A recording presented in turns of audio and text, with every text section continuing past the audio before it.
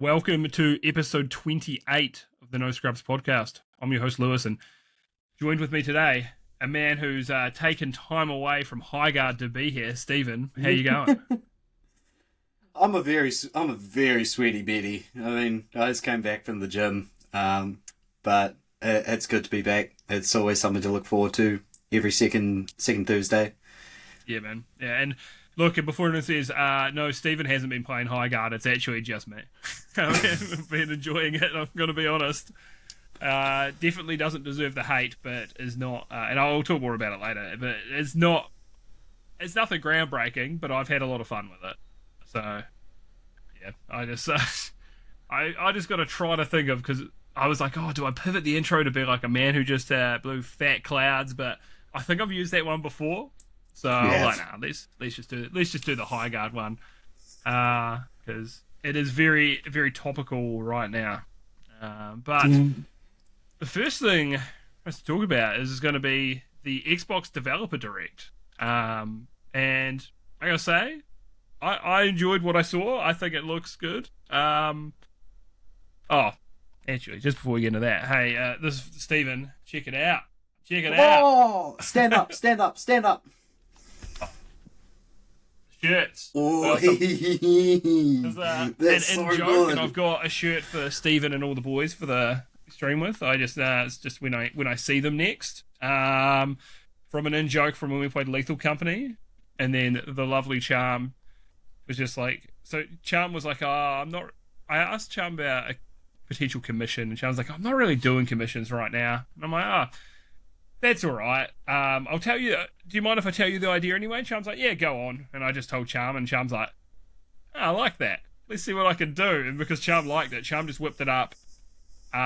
Didn't charge me or anything just because we're homies. And I'm like, I'm gonna buy Charm a game on Steam. I gotta buy Charm something to be like, look, I appreciate you. This is good shit. So, yeah. I had an idea for the shirts though. Mm-hmm. We take a nice photo of the crew, but we're all wearing plaid in different ways. Someone's got their sleeves rolled up, someone's got it like half buttoned up. I'll have it round my waist. Look, these ideas. Plaid and then lads. Script can just borrow one of my flannel shirts because it'll fit him, to be honest, anyway. And I don't think he'll have one, so. Yeah, we could do that. I got dibs on the rolled up sleeves. I'm a rolled up sleeves kind of guy. I got dibs around the waist. Yeah, you love looking like a fucking soccer mum, don't you? Yep. Oh god. But so the Developer Direct. So we'll start with the first game that they showed. This is the one I've got the least to say about, and it's just because I do like Forza Horizon. I keep thinking it's Forza Horizon 5 and 6. I just keep fucking writing 5 every time. And as much as I do like the Horizon games, I just don't have heaps to say about it. It's like, it's more of the same, but it's in Japan. It's coming out on the 19th of the 5th. What's the 5th month, bro? I'm so bad at like May. Nailed it. I'm so bad at like knowing those in the months in the middle of the year, they all blend into one for me. So like 5, 6, 7, 8 is all like that. Don't know. It's like 8th month. I'm like, whatever. And then I think it's because all my family's birthdays were like my mum's September, I'm October, my dad's October, older brother's January, younger brother's April. So anything else in that window. So for my friends, when their birthdays in that window, my boys Matt Code and Ruben, I've got no fucking idea when their birthdays are. April, June, July, like June, July, maybe. I don't know. So, yeah, anyway, tangent. So we're not like super like racing game guys. And I played a bit of 4 and a bit of 5, and I liked what I played. It's just every now and again I've got a craving for playing a bit of Forza Horizons. And I'll play it for a couple days, get my feel, and go, wicked. They of course they showed off a lot of the cherry blossoms because it's Japan and we've got the cherry blossom physics. And you're like, yeah, of course, you gotta have it. Us fucking weebs love that shit, bro. It's like, oh, it's good shit. It's like the best my yard ever looks is when my cherry blossom tree starts fucking popping off for those 2 weeks, and then it's like, oh man, another 50 weeks till I see that again.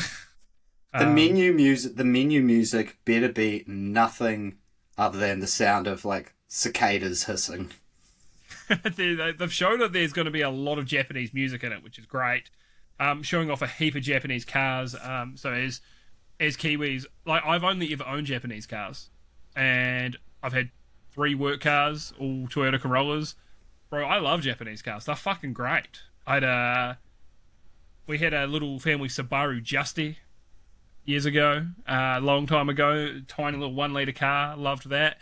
Then I had a Nissan Bluebird, and I was like, you know, they call it a Bluebird, mate. It fucking flies. I loved that car, man. I still think about that car. My mum's, her old car's a Nissan Avenir, and that was also Alex's first car. So Alex has taken it out for a spin. Like, I'm so glad that they were like, yeah, we're leaning into having a lot of Japanese cars, as they should, because, yeah, I got a lot of love for Japanese cars. It's probably the only kind of cars I really kind of have a fondness for. So that was really cool. There's 550 cars on launch. They showed off a heap of new multiplayer stuff, and some stuff I didn't care so much about. It's like, oh, you can build out kind of your warehouse and your hub and stuff like that. You can buy property, and I was like, okay, what about the racing? Racing. But I think a lot of people will like that, and there's heaps of customization in there as well. But yeah, they've done all the right things as well. They've taken a lot of care, because when it's in someone else's culture, the whole thing is like, you've got to take care. I know as well there's a whole thing of like, oh, but it wouldn't make sense for this time to be like the cherry blossoms here and this part snowing over here. That stuff is like, yeah, but it's a racing game. Yeah. Like, we go from this biome to this biome, so it's like the biome diversity is more the idea behind it. Yes, it's like this would be like Japan in the winter, and this would be Japan in the spring, and these different parts. Like, I don't have an issue with that at all. But I think they've done really well. It looks really good, and because I'm still getting my Game Pass subscription. Then I'll probably take it for a spin. Hey. Yeah, have you got any more to say on Forza Horizon 6? Not really. Obviously, we're not really racing game guys. Oh, well, the thing with the Forza series is like, oh yeah, I could sink my teeth into just doing some laps, and then I was just like, oh, on Game Pass they had a Forza game, it's like Forza Horizon. I was just like, oh, it's open world. It's just like, I played it for a little bit, and I was like, nope, I just want simple circuits, and maybe I know what it is. When I think racing games, I either want to be playing 1, Burnout, or 2, Lego Racer. Yeah. Dude, they need to bring back Burnout, bro. Yeah. If EA's not going to do it, fucking sell Burnout to someone else. I would love Sell to it see to the Forza Platinum Games. guys. The other cars all have guns. And tits. And skirts that you can look under because it's Platinum Games. Ooh, I'm going to look under the car skirt. That's what they do. Car blushes. God. Yeah, dude, I'd love a new Burnout game. If I was to get any racing game. None of this Burnout Paradise shit. Bring back the old style Burnout. Don't make it open world. Just give me like, as well. I love like the signature takedowns. I just remember Tunnel of Shove. I remember that one specifically. It's a bit of a cringe term, because I see a lot of video game reviewers using this term, and it's like, it means nothing. But go back to basics, a return to form. Have the ability to do laps where you are just holding down the boost because you have been side checking people, ramming them, or you've been drifting around the corners. Yeah. Get that carpal tunnel in your finger from holding down the boost. Yeah, dude. I was just thinking, it's like, man, do we start just calling racing games car slop? Drift slop. Track slop. I don't know. Wheel slop. Nah, drift slop. Drift slop. Oh, well, they're not all drifting games, though. You know, What if Drift Slop might be like? Exceloslop. Oh, there we go. Now we're talking. Yeah, I think there are just like specific like drifting games. Is he playing Grip? Is Grip drifting? I don't remember. I tried to play. I remember Need for Speed Pro Street back in the day, and it was crap. I don't. When's the cutoff from Need for Speed being good? Because they were really consistently good, and then I remember there was one that was coming out, and it was like, oh, there's these character moments. Your character's out of the car, and there's a bunch of quick time events, and I was like, ugh, why? Like, The cutoff for me was Most Wanted, because that was like the last game, the last Need for Speed game I played. I think it was the last one I enjoyed with Most Wanted, to be honest. Sick track. So I heard Bullet for My Valentine for the first time. I remember they had Disturbed on there as well. I think they had Mastodon. Like, that was a fucking sick soundtrack, man. And I loved that game. They had that song that was in like nearly every EA sports game. It was called 9,000 Superstar Remix by Stars and Beyond. You'll know the song. After this pod, you'll listen to it. Like, I know that track. I've heard it in like three.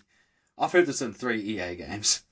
Dude, I was looking at it then, and I was like, oh, Need for Speed Most Wanted is like 2012, and I'm like, that doesn't sound right.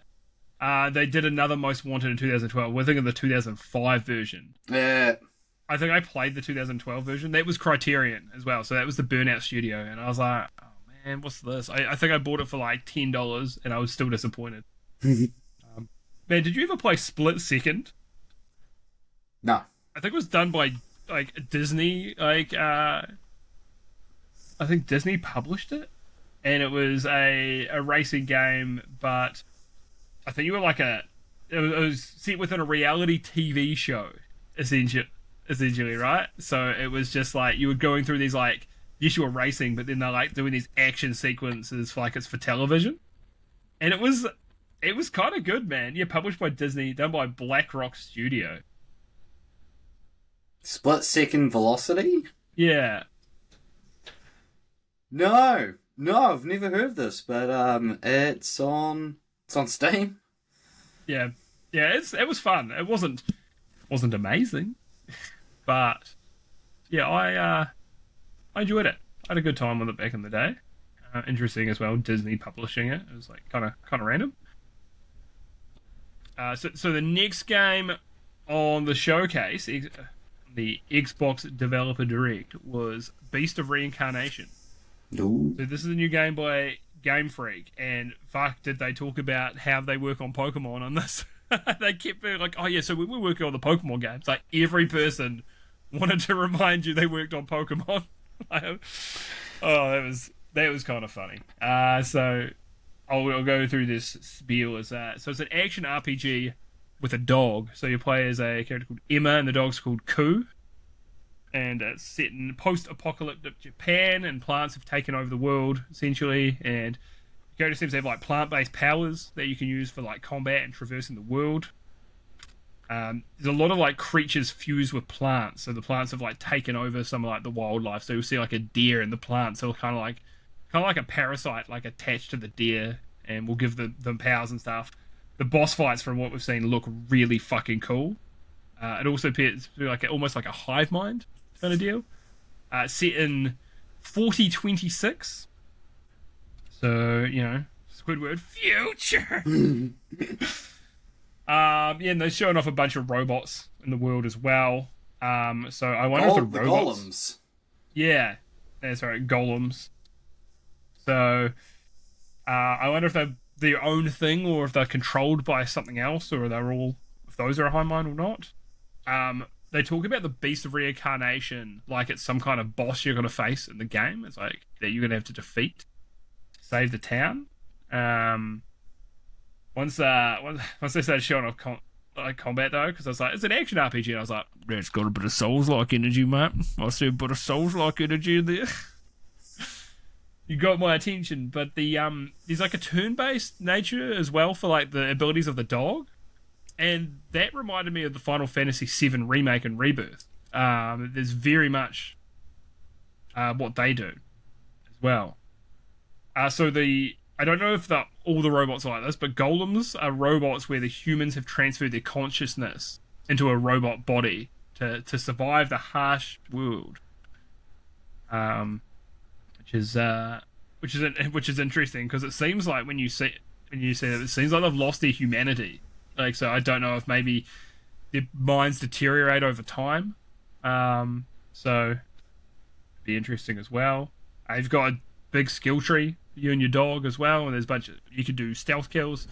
Launching on Xbox, PC, and PlayStation. No Switch 2 launch from Game Freak. That's kind of wild to me. That is kind of wild. Is that their choice or is that Nintendo's choice? Being like, you only make Pokemon on our platforms. Ooh. But it's launching, so it would be US summer 2026. So I think that's kind of halfway through the year ish.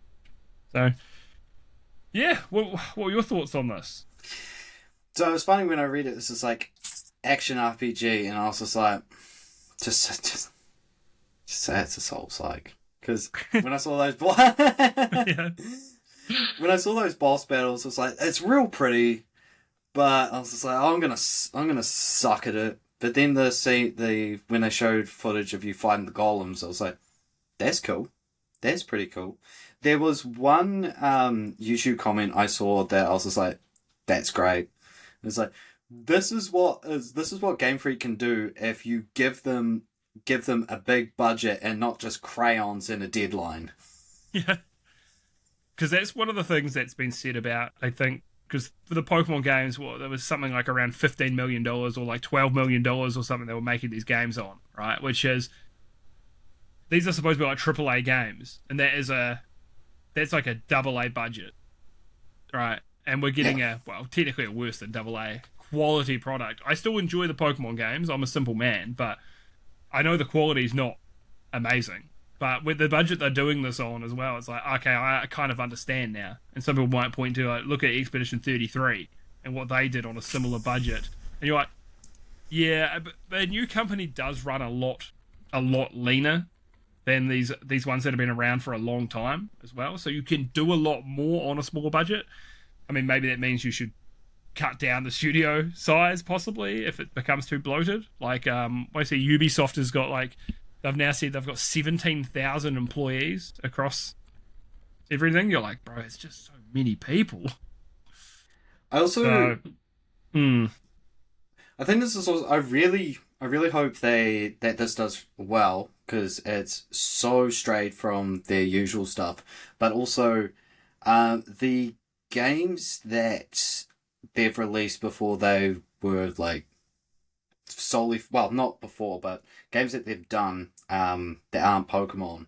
The first one, I think it's called like Little Town Heroes or some shit. Oh yeah, that did not do well. Did not do well, but what unfortunate, unlucky, but for I think it was the Sega, and I'm not ashamed to admit, it's like I went through alternative methods of playing this game. It was a Sega game called Pulse Man, a Game Freak game. The pixel art was great. You had like a little attack, but your whole thing was like, if you keep running on the ground, or you keep running, you collect up electricity and you can do attacks. And it's just like, Game Freak have ideas when it's not Pokemon, so just let them cook. Let them get it. I'm curiously optimistic of Beast of Reincarnation. It's just, if it's Souls-like, I'm gonna be like, I'll watch you play it. Yeah, I was just looking at the other things that I bought.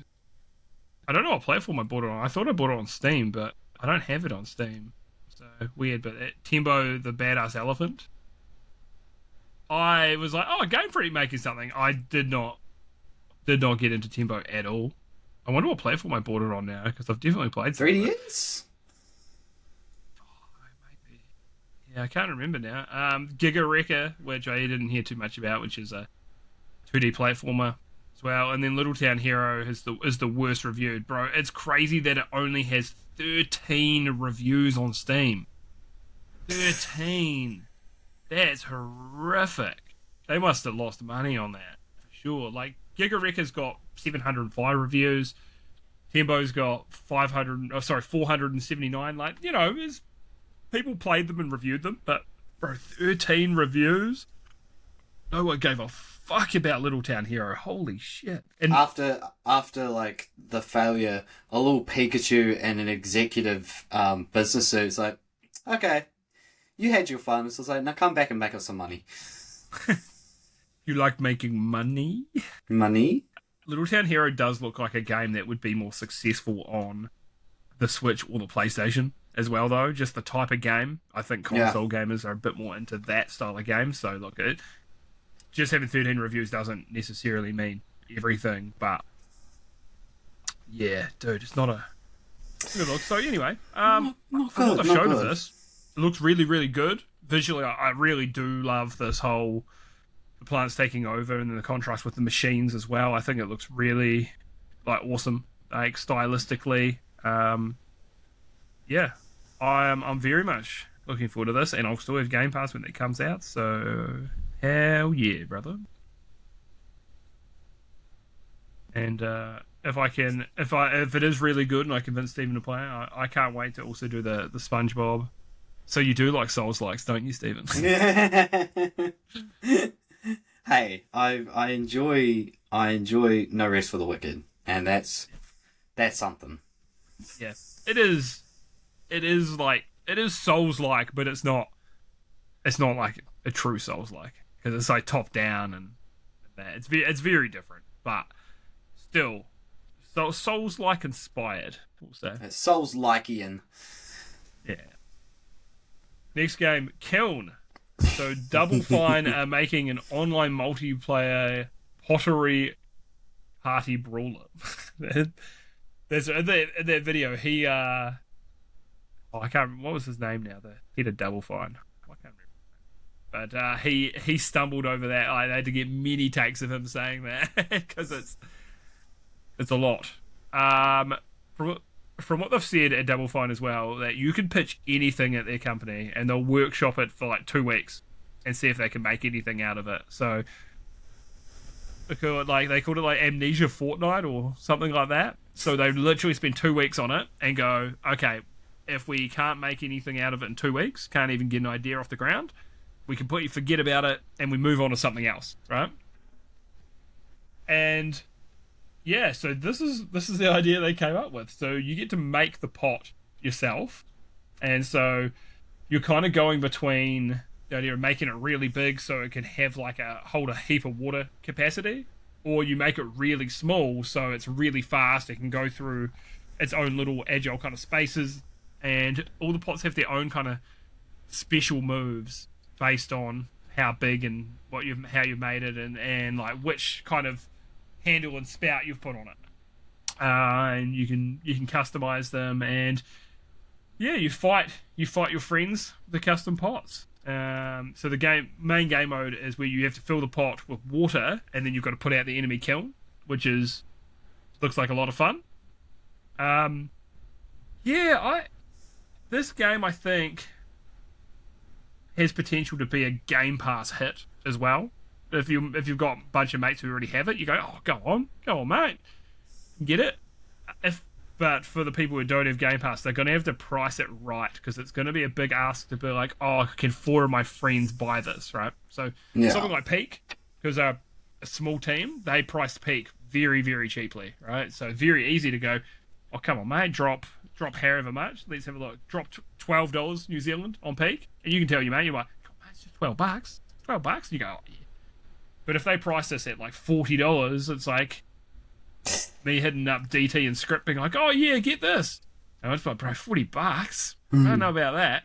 So they're going to have to price it right for people. But I love the look of this. I think this looks really fun. And the more I've thought about it, the more I think I like it. How do you feel? I think it looks wacky and cute. It's I would say it's brawl slop. But no, I like it. I'll get it Yeah, if it's priced right. But yeah, no. I'm glad as well because Double Fine is a team that They're the Psychonaut guys, right? yeah, I wish I liked their games more than I do for the most part. There's a lot of stuff that I see them do. Like I did enjoy Brutal Legend back in the day. I tried Psychonauts and I just could not get into it. First and the second one, it's just didn't do it for me. But They have that I did point play and click Keeper game recently, as well. and I loved Keeper. Keeper was really good. It's like Broken Sorry, what- Reality or something.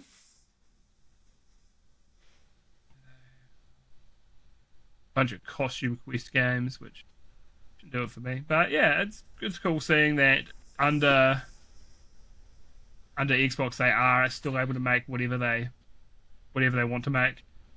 And I think it's important to have teams like this under your umbrella. I think that a lot of these studios are not seeing the importance of this because they just go, oh well, how much money does this make? Oh, not enough. Get rid of it. So the team who made Hi-Fi Rush, Tango Gameworks, have that. Finally, Microsoft had a studio that won something at the Game Awards. Look at that, and they're like, "Yep, kill them now, get rid of them." You're like, the fuck, this is. Bennett. Yes, I don't think Hi-Fi Rush made a heap of money, but it won some awards and got a lot of word of mouth, and it was like, cool. Imagine if you've got this on your platform and nowhere else, but look, Xbox has this cool thing. I think it's important to have some of that stuff that's not going to be massive money makers, but can get awards and get you some prestige. Like the other game that won them an award, which kind of wasn't even their award in a way, but was Hellblade 2, because it was best performance. So really, it's like, oh, that rest of the stuff around the game was adequate, but the performance by that actor you hired, that was really good. Yeah. So, but I think that the stuff is important. I mean, Astrobot, it still made money, but it didn't make absurd money, but it won Game of the Year. So, stuff like that for Sony. It's like, it's worth having these studios to give you some prestige, give you something different. And I hope that they allow Double Fine to keep doing this shit. They're like, Double Fine, we really like what you're doing. We're going to absorb you into the Call of Duty development. That would be hell. Hopefully that stays the way it is, because I'm impressed with this, and I didn't expect this kind of multiplayer game from them, especially after Keeper. The next game, also, there was rumors that Double Fine were going to present a game, because they were like, yep, here are the three. Sometimes they go, here are the three games we're showing, and they'll have like a question mark on the image, and you go, ooh, there's got to be a secret fourth one. This one, they go, yep, here's the three games we're showing off, and you go, okay, all right, we'll see the three games. Like, yeah, there is a fourth. Oh, we got you. But this one, the next game was Fable. So this one is an action RPG, but an actual action RPG, not a Souls-like. It's not a Souls-like. I've seen the combat. So reboot of Fable is, not even technically a reboot in a way. It's still got the same, still set in the same. It's a soft reboot. I mean, they are just calling it Fable, so it is a soft reboot. But it seems like there may be, because they've still got one of the towns that was in one of the previous Fables as well in there. So it's not like they're not just hard rebooting it. But yeah, so choice and consequence as well in the game. So, they mentioned British humour, and I was like, thank God. It needs it. That's why when they released that first trailer with Richard Ayoade, I was like, the humour is fucking on point. The themes of it, I was like, this is excellent. Though they have said there's going to be like, this came from an IGN interview afterwards, but there's going to be almost like these cutaways to people talking to the camera, like The Office. And I was like, we're going to have to see how that works. I saw someone saying that people are calling it the most millennial game of all time. You have to remember, The Office was actually a British show first. And they said sometimes there's not an organic way to bring up certain things into conversation with NPCs. So they're like, this is a way that we can actually get some backstory for things. The character doesn't have to be just going, oh yes, and many years ago I did this thing, and you're like, why is this can't bringing this up? So Unprompted. yeah, so I'm like, cool, because the humour so far has seemed on point. So you start off as a child as well, and then you age up into being the hero. Yeah, the footage they showed off in the background and stuff as well, though, it was running real low frames. it was chugging, bro. It was like 20 frames. That wasn't looking flash. However, we don't know when that footage was from. They could have been on an early build as well, and they've got time to iron all that out. So I'm not hating, but that is just something that I observed.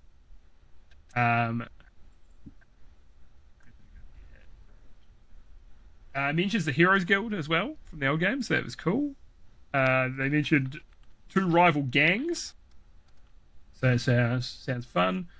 Character customization, because people were complaining about how the character looks. And you're like, I didn't think she looked awful or anything. It was just, she looked fine. It was just whatever. It's like, yes, they didn't make her look like a supermodel or anything, but also people in fantasy settings, I don't think people should look really hot when you think about how people looked in like the Middle Ages. You know, before the invention of hygiene and soap. Yeah, but people weren't really bathing. It's like how they killed so much of the Black Plague was that people started washing their hands. People weren't doing that before then, bro. Like, they killed like, was it like 60% of the Black Plague while people started to wash their fucking hands. That's just, I know as well fantasy is not technically history, but when they set them, it looks like it's, you know, come on. You look at it. It looks like it's set a long time ago. Ye oldie. Yeah. So anyway, good that you can customize characters. People can stop bitching about that. I mean, I'm going to make mine the most. It's the meme of playing an RPG with a bunch of different races, set myself as a white dude, as a knight. Sword and shield, it's gamer time. That's me, bro. That's what I do. They showed as well in the combat switching between melee and magic on the fly, which I thought was really cool. Just meleeing him and then use a fireball. Bah. Magic missile. Yeah, it seems to have some kind of stagger system as well. And there's enemy weak points, so I like that in combat. They're bringing back classic enemies as well. Like I showed off Hobbs and Balverines were a couple of the enemies that they showed off, which were classic Fable enemies. There's a lot of romancing of characters, buying houses, buying businesses, blacksmithing for that. So you can essentially buy every single fucking house in the town, and then you just become a fucking slumlord or rent them all out and buy every single business. So I thought it was cool. More than 1,000 unique NPCs that have jobs and daily routines. So I'm like, that's wild. Some people read that as like, oh, everyone's going to be super fleshed out. No, no, I don't. There's going to be people who aren't. There's going to be people who are. It's just how it is. Like, that's why, like, for me, when Bethesda said about Starfield, there's going to be 1,000 planets or whatever. It's like, oh, that's a fucking terrible idea. How about you give me 10 planets that are like big and explorable, and feel alive. Yeah. And I know some of them in Starfield were barren by design because not every planet has anything on it, but it's a video game. Come on. I'd rather just... Yeah, so same with this. Like, there's 1,000 unique NPCs, their jobs and routines and stuff, but I'm like, I don't expect them to all be, you know, that fucking crazy. Not every one of them is going to be a fucking main character. But it's cool that they've got their routines. Like, so Red Dead has got a lot of that as well when people have got their own routines where they go to. It's like, this guy is going to be, you see him riding his horse to his job. So, you can kick chickens again, so I'm very thrilled about that. So different characters will view you differently. So the reputation and the good and evil system works a bit differently in this. And I like this. So a lot of people were like, no, I want you to be able to grow horns when you're evil. It's like, I just think it's so Edgy of its edgy and time. cliche. It's like, it's cliche of like, you do bad things and then it's like, oh, you're actually growing horns and looking demonic. I don't think you need that.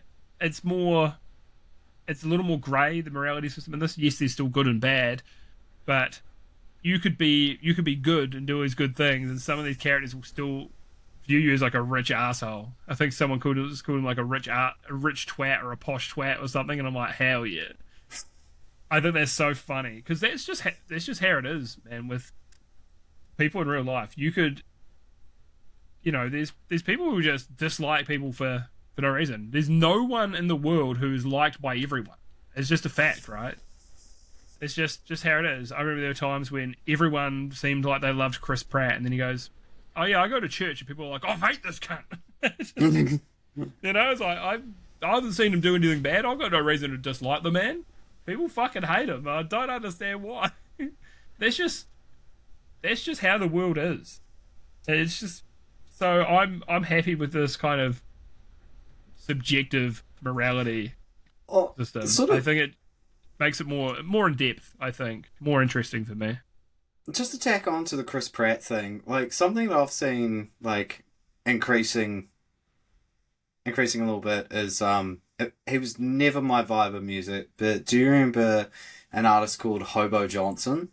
Oh yeah, yeah, Everyone like back in the day, people was like, "Oh, he's so good, he's so emotional," but like I just see posters like, "Bro, this guy sucks," and I was just like, he's always, in my opinion, he's always sucked, but like, why is there an increased hate on him? Like, in my opinion, it was like music subjective, but it's like he always sucked.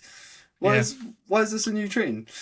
Yeah, it goes viral on Twitter like fucking once a month, and people go like, "This song sucks so much." I'm like, "Yes, just let him do his thing. It's not for you." Like, and there's stuff as well that's objectively bad. Like this is, and I'm going to go into that again with the Highguard stuff. But people are like, "This game's a piece of shit." People like would play it for 5 minutes and give a negative Steam review. And I don't think it's. I think subjectively there's going to be a lot of people who don't like it, but objectively it's like this is decently made. Like it's not perfect. It's definitely got some issues Serviceable. they need to fix, but it's not like it's a bad game. Even Concord, I think Concord was a well-made game. I think if Concord was free to play, it would have done much better and would have potentially had some legs. But I wasn't going to spend $70 on Concord personally. I was like, it's just not. That's not a price I'm willing to pay for it after playing the beta. But if it was free to play, I would have played it, and I would have done what I do, and I would have played it for a month and gone, cool. I've had my fill. Do you feel yourself doing that with Arc Raiders? Arc Raiders, I would still be playing if I had friends who played it, but I don't. So I was just jumping on solo. I don't really play a lot of multiplayer games by myself if I can help it. Yeah. Like Marvel Rivals, because Ark's a bit more stressful. Marvel Rivals, I played all of it by myself. I still don't have the achievement to play it with a friend. It's so sad. Dang. But yeah, I enjoy those types of games, and I don't know why. A lot of people I know who used to love Overwatch as well, they loved it. They won't give any of these games a go at all, and they're like, nah, not for me. It's like, bro, we put in 100 hours of Overwatch together. What do you mean it's not for you? It just surprises me in the current day, and that's not me pointing at one particular person. That's me pointing at probably like 4 people I know that are like that. Like, nah, doesn't interest me. I'm like, but we were talking about the other night, a couple of us potentially booting up Overwatch again. Could be fun. Couldn't be me. Not you. You never jumped on, did you? Nah. I remember one time, like years ago, I think I played it with you, like at your old house, or I watched you do it, and I was like, "This is cool." I think back it was so back in the day. It's when around the time when I used to bring like my laptop round, and we would try to do League. Oh yeah. That long ago. Damn. Yeah, that is a while ago. Yeah. So yeah, you got to put some respect on the 2016 Game of the Year, mate. That's what you got to do. They I still had it can't on believe it. billboards. It's still so wild. They're putting trailers in the cinema and all sorts. It was crazy. It was a wild time.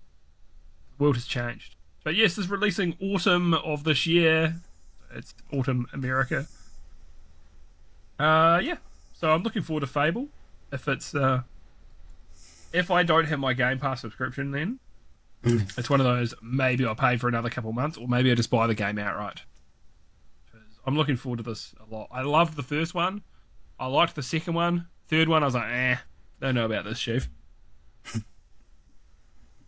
So I'm happy to see it back anyway. And also being a British studio, I think it works really, really well because they understand it. I don't think an American studio would just get. I just don't think they'd get Fable. I don't think they'd get the humor. I don't think they'd get, the general vibe of it. It is very British at its core. Yeah, I'm looking forward to it. Also, it's releasing on PlayStation as well, which is kind of wild because it's this is like one of the Xbox franchises back in the day. Original Xbox, Fable and Halo were kind of like the biggest things on there. Yeah, Times have changed. Obviously, I don't have any nostalgia for Fable because I had had Sony consoles up until the PS5. But trailer looked fun. It looked slick. I was like, this is a cool fantasy game. Or more fantasy slop, God. I actually played Fable 1 on PC. My boy back in the day, my old mate Julian, he had bought it, but he bought it on Trade Me, but he was like, I don't want my parents to know I'm buying games, so can I get it delivered to your house, and the next time I see you, you give that to me. And I'm like, yep, sweet as. And he's like, you can install it and play it in the meantime. I'm like, cool, sounds good to me, bro. So I had to install it. It was on like 4 or 5 discs or something. And yeah, he had a great time because I didn't have an original Xbox either. That reminds me of when I was very little. Like one of my best friends. You still are. Yeah. One of my best friends. He was German guy. And we both really liked Abe's Odyssey and Abe's Exodus, and I was like, man, I kind of been fiending to play it again. It's like, it's like, oh, you can lend my copy. I was like, awesome. As soon as I get up, boot up the menu, you know how usually Abe's like, hello. He's like, Guten Tag, and I was just like, of course, the German kid gave me a German copy. That's hilarious.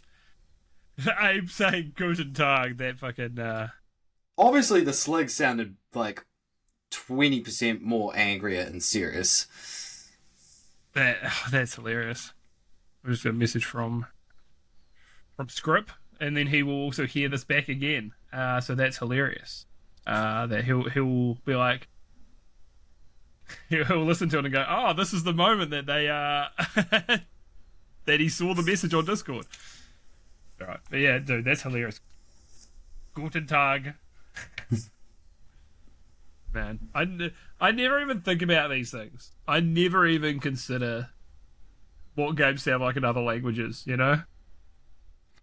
Oh, that video of, like, there's a scene in, the first Jack and Daxter, and you come across this, that guy that's like sobbing, and like in English he's just like, but in Japan, he's just having a yell.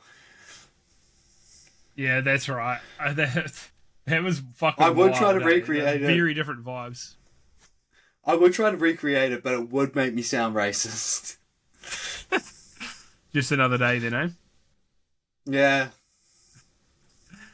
You got me. We got a little news. As Amazon published New World is to be taken down by the end of January 2027, and it's already been delisted from Steam. Huh. Yeah, man, it's not easy making an MMO. Holy shit, it is. It is not easy because this game came out and was fucking huge in the first maybe week or two. It's crazy. It was yeah, it did. It was doing big numbers. I think part of it was because streamers were being paid to play it. So I think that you had so many of the big streamers being Amazon owning Twitch. So it's yeah, I think because so many people saw people playing it, everyone wanted to jump on board. And then it just didn't have the legs, I guess. It just fizzled out. See it a lot with MMOs. So I did you can't check this out? that New World. Hmm. I had one of the guys I used to work with. He's just like, oh, you should give it a bash, and I was just like, oh, that's the Amazon game, right? It's like, yeah. I was like, yeah, why not? Me thinking it's a free game like Lost Ark. See, it's got a price tag, and I was like, no. And that was the last time I thought of it. Now that is completely fair. Is Lost Ark still going? There's Amazon as well. It looks like it is. Yep. Those reviews are mixed though. 104,000 reviews though. Fuck, it's a lot. So most of the new ones are negative. Game too Jeez, greedy. negative review after 2,800 hours. Fucking Christ. MMO things. But yeah, sad to see anyway because it's just another game getting shut down. But it's heartbreaking into the MMO market. You got to take people away from games they've played for like fucking 20 years. You know, people play World of Warcraft or Final Fantasy 14 or Elder Scrolls Online. They've all been out for quite a while now. As we found out last night, Elder Scrolls Online has been out longer than we thought. And it's done quietly really well over time. So I knew one person who played it, and he's just like, yeah, I'm botting. And I was just like, sick. hey, well now you've met multiple people. I dabbled very briefly and it wasn't for me. But our boy Matt Code, he's dabbled with it. He also said he's like I occasionally jump on and play WoW, and he's like, I'll play WoW for a month and then I'll be like, I've had my fill. But he said he's like, I tried to jump on WoW Classic and he was like, bro, this fucking sucks. He hated it. He was like, man, you need all the quality of life stuff that they added in later to make it a playable game. He's like, dude, WoW Classic is so rough. Yeah, not for me. Not for me. MMOs are so fucking slow, man. And that WildStar, that was a fast one, and they took on way too much community feedback and then made the game the community wanted, and the community's like, no, we don't want this. And it just goes to show people think they know what they want, but they don't. A lot of the time. Nah.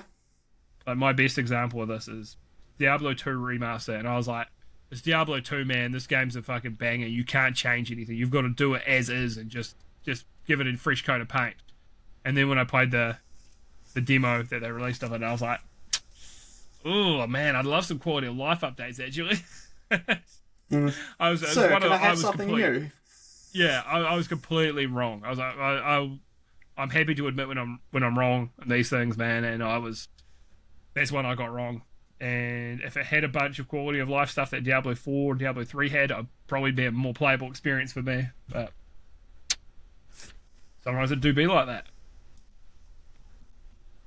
So Monster Hunter Wilds has got performance problems, and it's had them since day one on PC, and it's been terrible. Really, it's been really, really bad performance-wise. And they've found what one of the issues with it is, and it's linked to how much DLC you own. So there's a little check in the background that checks for which DLCs you own. That's always checking, and if you don't have them, it takes longer for it to check, and it was tanking performance.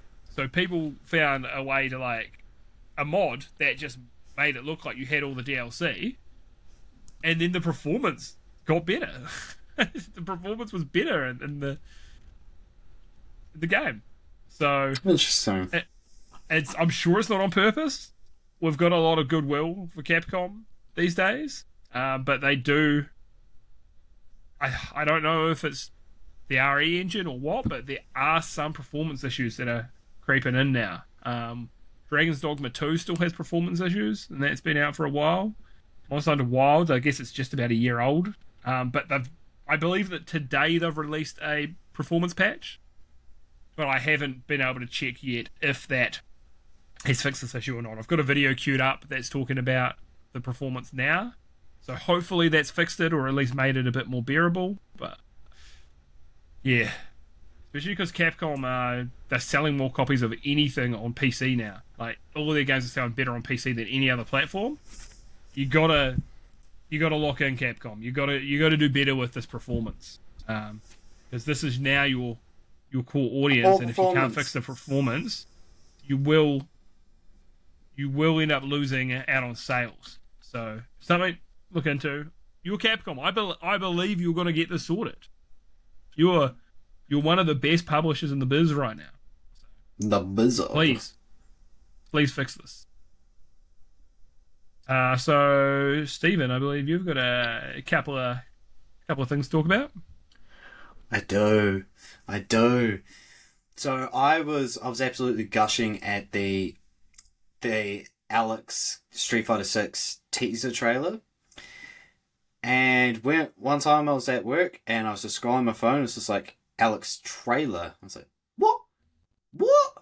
So I wasn't going to just watch it on my phone. I waited till I got home. And yeah, it just opens up with him wearing his classic Street Fighter 3 attire. And he's just like, squatting and doing ridiculous weights. And then we look into the gameplay. So Alex was an interesting character from like 3 and 5 because he was a hybrid character. He had a quarter circle motion for his flash chop. He had charge moves with his slash elbow and his foot stomp. He had a Shoryuken input for his anti-air knee strike. And he had a half circle for his power bomb. Watching with the new gameplay trailer, he doesn't have any charge moves. And they've added a new thing into his toolkit. It's a new move called the Prowler stance, where instead at the cost of not being able to block, Alex starts approaching the person, and depending on what certain button inputs, he'll do different things. And they've sort of tied his foot stomp and his slash elbow into that Prowler stance, which was like, interesting. But they also have, so in Street Fighter 3 he had a real cool move where it was like a tornado DDT, just leaps at them, spins around, DDTs them. It was the worst move in Street Fighter 3. Had a lot of startup frames. You can duck it and it was slow. It's like, it's cool if you pull it off. It looks so sick in this. The other interesting thing is he has what looks like different animations for if he pulls off like a grapple or a move from a punish. So it showed something like him doing a punish or like a counter to someone. And I think instead of doing like his power bomb, he hooks the arm and does like a Tiger Driver pile driver on them. It's like, that's cool. He also, people were a little bit like, oh, it's a bit lame that his like level 3 is a submission, like a leg lock. It's like, yeah, but that's just his level 3. Let's see the critical art variant. And then here comes that was giving American Psycho fucking. Let's see Alex's level 3. Let's see the critical art. He hands over the business card, and then you start fucking sweating. It was just in the way you. I don't know, man. Just gave me that vibe. Sorry, go on. Hell yeah. So, the other cool thing is, so there is the wrestler Kenny Omega, who's a big old game nerd.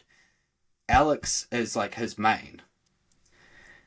So, what they did is in Street Fighter 3 and now in 6, well, in 3, Alex has this mechanic where if you hit like a medium or heavy flash chop, it spins the character around. If you used his full circle critical art or super art, he'll do a different move. He does like so many German suplexes. In this, if you hit with a flash chop, hit basically his back spun around grapple, he has a different level 2 art, and it is Kenny Omega's wrestling finishing move that Kenny Omega did the mocap for. I think that is so nerdy and so cool.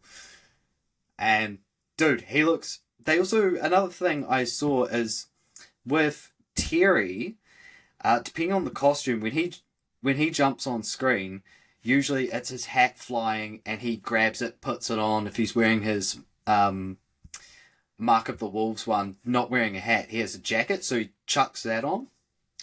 If you're wearing his default, it showed that Alex's default costume, he's wearing these like weighted straps around his arms and he sort of unstraps it, drops it to the ground. But if you use his classic Street Fighter 3 attire, he's just drinking a bowl of water and just crushes it. I was like, we love attention to detail. Cool as fuck. So I'm very excited. He comes out, it's in American time, I think, March 17th. So I'll probably take 2 days off. Just to be sure. Yeah, treating yourself. Love it. Yeah. He's excited. I've never seen a man so excited for a DLC. Yeah. Now, on to the other thing. It has been a while since we've been able to naturally transition into something Dragon Ball related. So, Grand Tour. Over the past couple of days, there's been some big announcements because the Dragon Ball IP, after Daima, has just gone dormant. I know that there was legal issues or copyright issues with the people who do the manga and the anime, and it's like they can't let them do an anime adaptation of the manga. That changed. We got some announcements. We got the Galactic Time Patrol arc of Dragon Ball Super, so they're continuing on after the Tournament of Power, which is great. My understanding was that so much of it was already mapped out before Akira Toriyama passed away. So it was like, yeah, his vision was it was all mapped out anyway with where he wanted it to go. So it makes sense. And what was his name as apprentice? Toyotaro.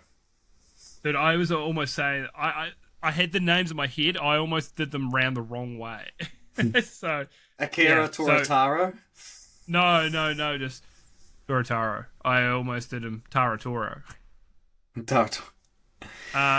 Yeah, so that's really cool because this was like his whole thing. This is why he was chosen. This is what he was chosen for, to carry on the legacy. Was born to do it. I love it. This is good shit. This is almost an anime plotline in its own. Yeah. Sorry, go on. The other thing that they've announced is Dragon Ball Super Beerus, because I don't think it was until maybe Tournament Power, but the animations were rough for the Battle of Gods saga. So there's a lot of really bad frames, eh? Like, yes. There's a lot of memeable frames where it looks like you've got store-bought Goku.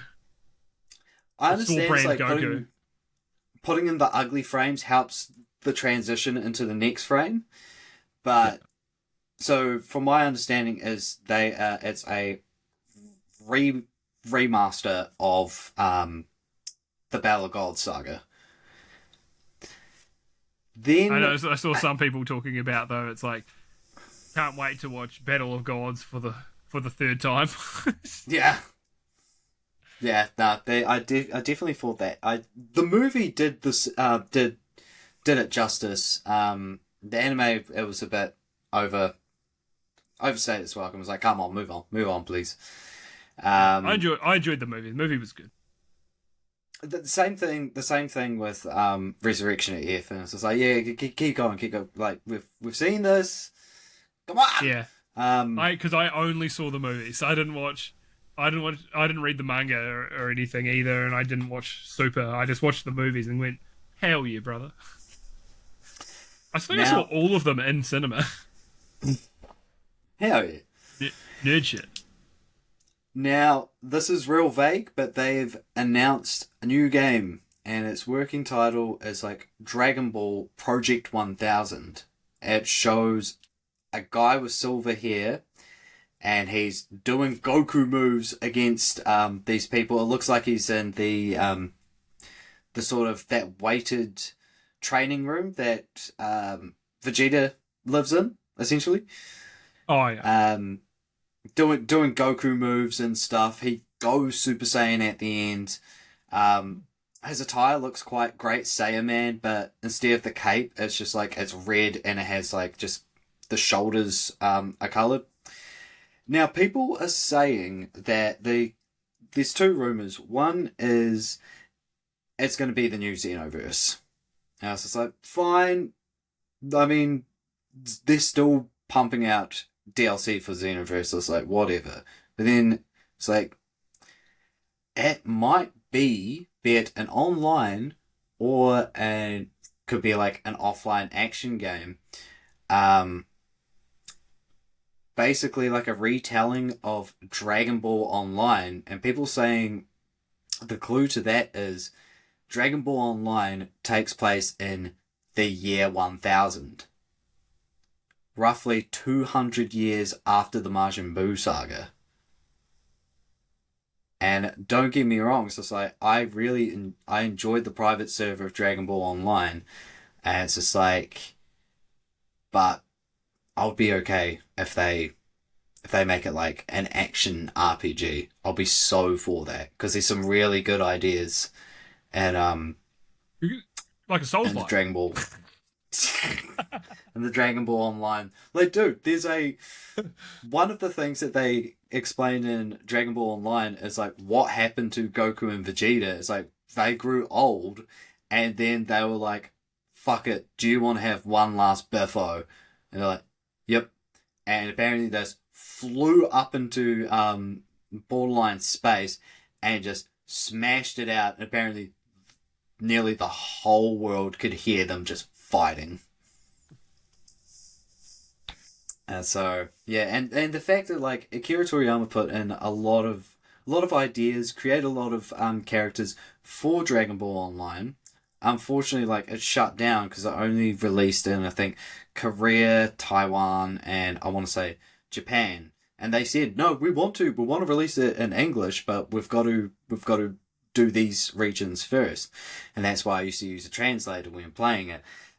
But that's why a lot of the characters like Mira and like the concept of the Time Breakers basically got reused in Xenoverse. And Xenoverse is fine, but yeah, I'm hoping they're able to lean into all that lore that Toriyama wrote for Dragon Ball Online.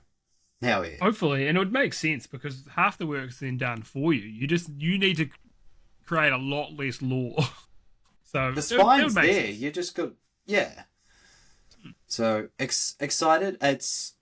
We're going to learn more about it like later on the year, and it's slated for 2027. But all I can say is, as long as it's this is going to sound mean, but as long as it's not another anime arena fighter or a mobile game, it's just like I'm keen.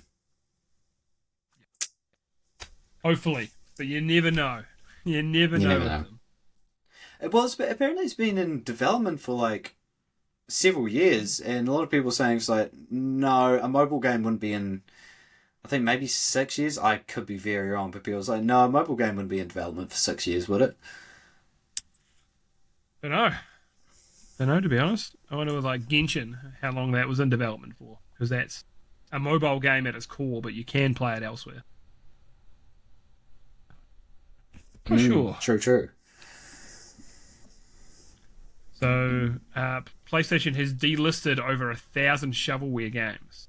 So there's been a whole thing where there's like games that go on PlayStation, they're like jumping sushi, and the idea is you're a piece of sushi and you just jump, and then you get a platinum trophy, and it costs you a few bucks, and but there's just heaps of that fucking just crap that's on the PlayStation Store, and man, trying to navigate the PlayStation Store is fucking rough. It's not very good. Like, we've got Steam as comparison, and you've got a mouse and keyboard, so of course it's way easier to navigate, but every time I go on the PlayStation Store, I'm just like, oh, I just want to look for deals and so on. It is such a dog to navigate. The Switch Store, don't know how they do it, but that's completely fucking manageable to navigate. I don't know why. It just is. Switch Store just some reason the layout's just better. Like, it's easier to find like your wish listed games to see if they're on sale, and go to the best sellers and stuff. It just seems to work a bit better. So getting rid of a bunch of shovelware though should help, because you'd hear that developers like, I've launched my indie game on PlayStation, and you go look at the page and it's below 50 fucking shovelware games that have launched on the same day, and you're like, fuck me, I guess no one's gonna find my game. So yeah, with Steam, there is absolutely more shovelware on Steam. I just don't see it. It just seems to be the way that Steam is. Steam, like when I look at like my page on Steam, it's like, here's the featured and recommended. So the new games and the featured ones, and they Torchlight Infinite. Did we talking about Torchlight recently? Is that the same shit? No, that looks completely different. Sorry. Distracted, but then they'll be like, have a feature thing is like, oh, here's Steam Board Game Fest, board games, and then discounts and events. And then showing you scroll down a bit further, and then it's your discovery queue, which is catered towards your tastes. Recently updated, and then you get, here's the best selling, or top new trending best sellers, popular up and coming, specials and trending free. It's so easy to get to all the shit you want just with scroll and click. It's so much more difficult on the PlayStation. You have to go onto the store knowing what you want already, unless it's like FIFA or Call of Duty or whatever, because they will just be at the top of the list anyway. So yeah, I hope they can kind of delist a bunch more of the shovelware and just make the store a little more usable, because right now I'm like, just unless it's a game I know that I'm going to be looking for, I never end up buying anything on PlayStation just from browsing. Like I do on Steam all the fucking time, or I do on the Switch occasionally. And I don't even look at the Xbox Store, because if it's not on Game Pass, I'm probably not going to play it. That's the reality of it. So I couldn't tell you if the Xbox Store is any good or not. It probably isn't. But I think as well it's because console gamers, that's all they know. So they just put up with having these crappy storefronts because that's all they've ever known. That's what I assume. Can't be bothered dealing with it. No Rest for the Wicked has sold 1 million copies. So, it's awesome. There's still early access. The Moon Studios is just a wee independent studio these days. So, that's great. So, really, once it hits full release, it should be selling a bunch more. But when I played the fuck out of it after we had a wee jam, I really did. I played and completed all the available content. But because they do resets, I think now I'm going to wait for the full release before I jump back on. That's fair. Yeah. I don't want to have to do it all again and then do it a third time. So, yeah, but, yeah, great news. Glad it's having a bit of success, and hopefully in full release they'll sell even more. Hell yeah. So, Highguard did not pay for the final slot at the Game Awards. Jeff Keighley went and checked it out, and he really liked it. And he was like, you know what? I think people are going to like this, so I'm going to end the Game Awards show with it, which, as we turned out, was maybe a mistake. I still think that it's getting massively overhated. And sure, if people played it and they don't like it, absolutely. Not every game's for everyone, you know? A game for everyone's a game for no one at the end of the day. Poetic. It's still just people just want to hate things these days, and yes, we were hating on, well, mostly me, but hating on that studio and the other week about but they were putting out dumb statements, and then their game ended up being shit anyway. About that, we're going to make a Guna game, but don't Project goon over Violet? it. And what was it, sorry? Project Oh, Violet? yeah, I think that's it. Yeah, and it was like, I still wouldn't want to see the game fail, but I was kind of like, well, bro, you talked all the shit and then put out a crappy game. It's not as it's that. I want to say it's not just subjectively bad; it's objectively bad. All the like IGN and stuff are giving it bad reviews. Right? This, it's like, I think this is a good and well-made game. It's just, I don't think it's what people want right now. And I'll go into it again once again, a little more in depth once we're talking about what we're playing. But yeah, just and Jeff Keighley's getting so much fucking hate on Twitter as well. It's like, bro, just Chill out. the amount this guy does for the general like games industry, for putting on showcases and things like that. Do you want this guy to fucking leave? And then everyone's like, oh well, man, remember when we had E3? E3 was great. Well, we now have the Game Awards and Summer Game Fest, and if he's gone, what the fuck do we have? Come on.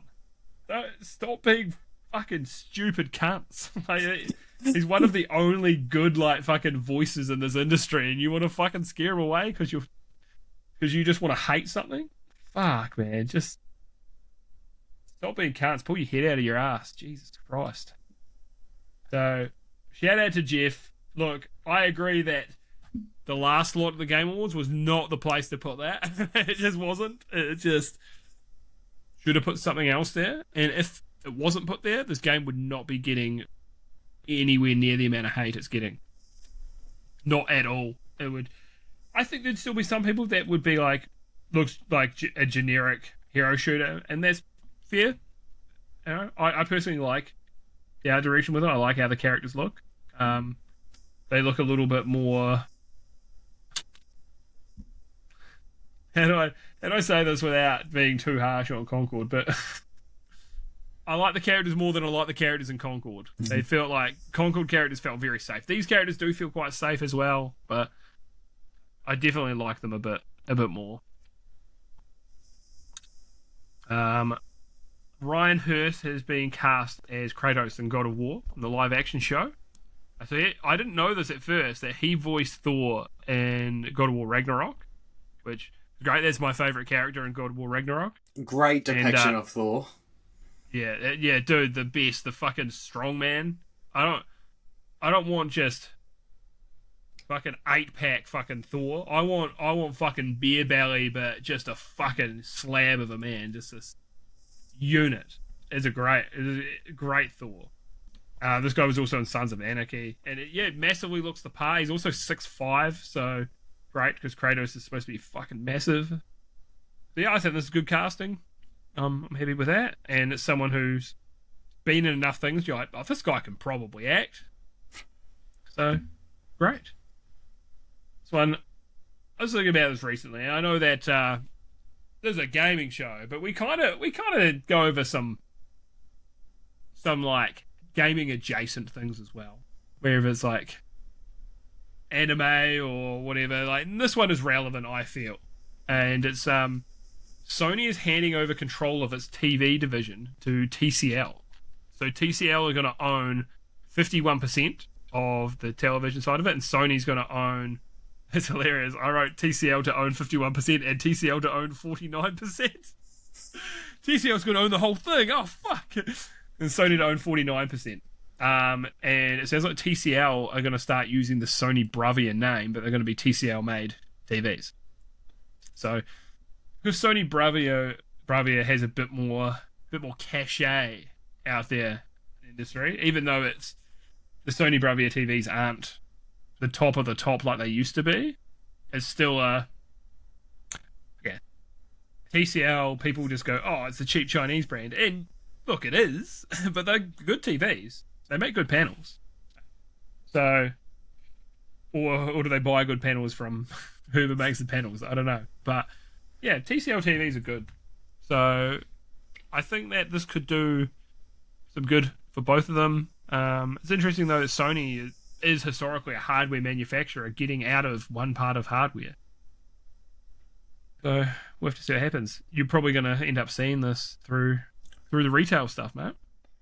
Dude, I actually heard that found out because one of the guys at work, he said it, and he got and it was just like, oh shit, what's going to happen? So they'll still use the Bravia name and stuff. It's just it's TCL that's going to manufacture them, and then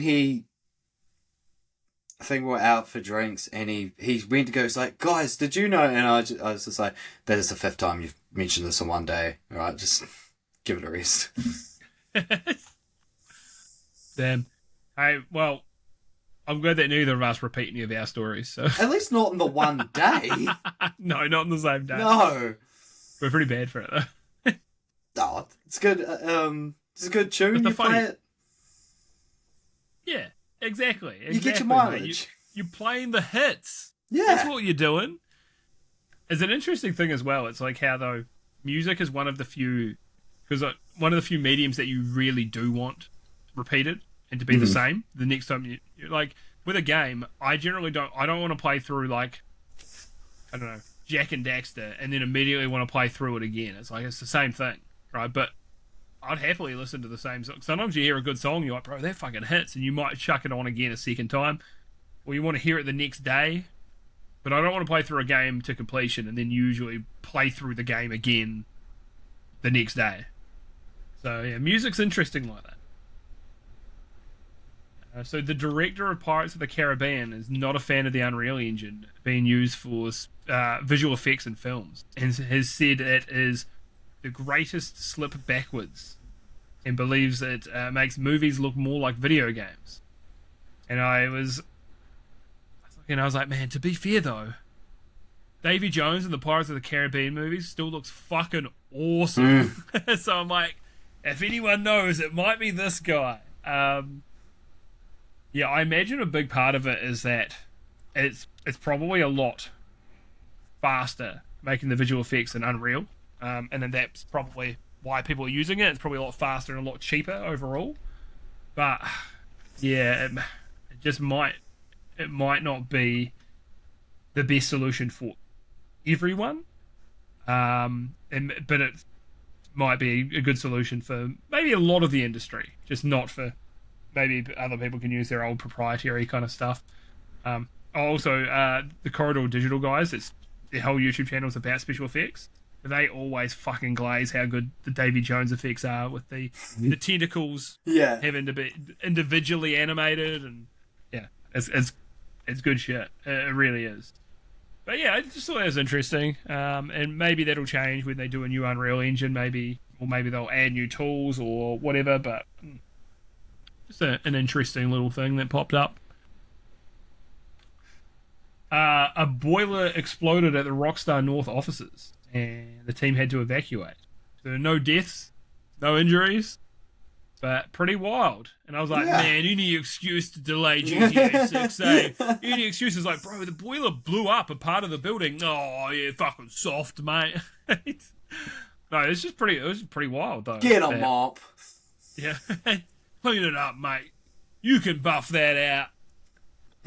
That's only on the 7th story of the building, mate. Get out. It's fine, mate. You're on the 3rd floor. Cut it out. No. This is, it'd be pretty scary. Just you hear a fucking bang and part of the building blows out and you go, what the fuck? Yeah, are we under attack? Is someone throwing a fucking hand grenade in? What's going on? Is this like someone think they are the main character in Grand Theft Auto? But no. Interesting. Publicity stunt. Like they fucking need it, eh? This is going to be the biggest game ever. It was interesting. When I was talking with my boys on the weekend, we're watching UFC, just hanging out, being blokes, sinking beers. We weren't sinking beers. Two out of 4 of us don't even drink. And one of the other guys, I don't know if he's ever been wasted. He just drinks like Steinlagers. He's just me on the other hand, mate. It's a different story. They're good boys. We were talking about GTA 6, and I'm like, look, I'm probably going to get it because it's going to be such a big cultural moment. But I'm like, I've never been super into GTA, or generally not big into like sandbox games. my boy Matt being like, yeah, I don't know if I'll get it. I'm not super interested. My mate Ruben, like, nah, not for me. I don't care. My mate Craig's like, I'm interested, but it's like, man, 1 out of 4 of us are into it. And you talk to anyone else, any other group of gamers, pretty much everyone's like, bro, this is going to be crazy. I can't wait for GTA 6. So we're completely in the minority. It's not general, but I imagine you're the same. You're probably not super interested. Well, I haven't even played GTA 5. No. I remember going round to a boss's house to for the midnight of the release, and we had drinks, and he's just like, "Oh, bro, this is so good, so good." And I was just like, "That's all good. You can have fun with your toy." Yeah. Yeah. And we think about it, because Scrip and DT also don't play on console at all. So in our group of streaming boys, I'm going to be the only one that's probably going to end up playing it at all, because it's not launching on PC by the looks of things. It's launching on console first, but they've done that in the past. It'll probably be out a year later or something. But yeah, kind of wild that the more hardcore gamers I know are not into it, but maybe it's more the casual gamers. And I think it is. It's the guys that love the FIFAs and the Maddens and NBA 2Ks and stuff, that, and probably Call of Duty. I think they love like Grand Theft Auto. I think that's like the other pillar of them. Dude, it is the gun and ball gamers. The gun and ball gamers love GTA as well. So yeah, and I think, like I say, I'm probably going to play it day one, because I'm just super interested in, like, it's such a cultural moment, and I'm like, I want to be there and check it out. But it's never been for me. I liked Vice City back in the day, but I also liked sandbox games more when I was a child. It's when you've got no access to money and you've got a heap of time, a game where you can run and make your own fun and just do whatever you want is more appealing when you're a kid. But when it's like, bro, I gotta work for fucking 45 hours a week. I don't want to. I need an objective. I need something to do. I need guidance. Yeah, I can't just spend my time just floundering around the world, mucking around. I gotta be doing something. But yes, it's a me thing. VGC News posted an article that said, developers, please give me options to remove swear words from your games. So this was regarding playing games in front of your kids. Mm-hmm. And I feel like most of your games have got swearing. If they've got swearing in them, we're going to be violence in there too. And I'm kind of like, should you be playing this in front of your kids anyway? Yeah. That's kind of how I feel. It's not like, oh, well, now it doesn't have swear words and you're still like fucking... It's like maybe Grand Theft Auto. Just an example. Mortal Kombat. Mortal Kombat doesn't even have swearing in it, really, does it? I don't think really so, violent. No. But it's like, how can, like, yeah, GTA, it's like, oh, yeah, let's use the toggle to turn off swear words, and then you still go and fucking kill a prostitute. Like, thank God they didn't say any naughty words, though. Yeah. It does actually feel very American in that way we're talking about. But I think, I don't necessarily hate the idea of big games being able to, even like you could have a sensor and be able to toggle off swear words, and then it just, I don't know. I'd be all for the idea of, instead of the swear word, it's the sound of like a clown horn. Yeah. Do you remember those Korn albums where they censored them and it was just Jonathan Davis going like, Brr! Okay, hot take, but I actually prefer the censored version of Adidas. What does it change it to? Well, when it goes to all day I dream about fucking, he's just like, all day I dream about humping. Wow. That's funny because it's still kind of saying the same thing though, isn't it? Really? Yeah. Yeah. So, yeah, I did see it was a someone was talking about like, well, if you're worried about the swear words, then turn off the subtitles and play with headphones on. Really, if you don't want your kids to hear the swear words, but you still want to keep playing. But then you'll be taking your eyes off the kids. Yeah. I know. It was just like a... I think this is a you problem. You know, either play something age appropriate in front of your children or do something else. I don't know how to tell you, boss. So this next one, this is an interesting one. So Ubisoft are doing a full company reset by the looks of things. So I'm gonna read this out because there's a lot. There's a lot to this. So they've cancelled 6 games, including 4 unannounced games. 3 of them were new IP. One is a mobile title. One of them is the Prince of Persia remake. So that's a shame. Dude, apparently they had a Prince of Persia remake that was done previously by there's an Indian studio, and people even had like achievements and trophies for it on their account. So it was like ready to go. And then they just said, no, we're not releasing this. So I don't know what state it was in. It would sound like it was finished. And then Ubisoft said, no, we can't release this. And they gave it to a different team to make from scratch again. Damn. So, yeah, that's an interesting thing that had happened as well. So 7 games have been delayed for better quality, one of which was expected to release before April 2026. Now coming before April 2027, which is likely the Black Flag remake. Ubisoft Halifax and Stockholm have been closed.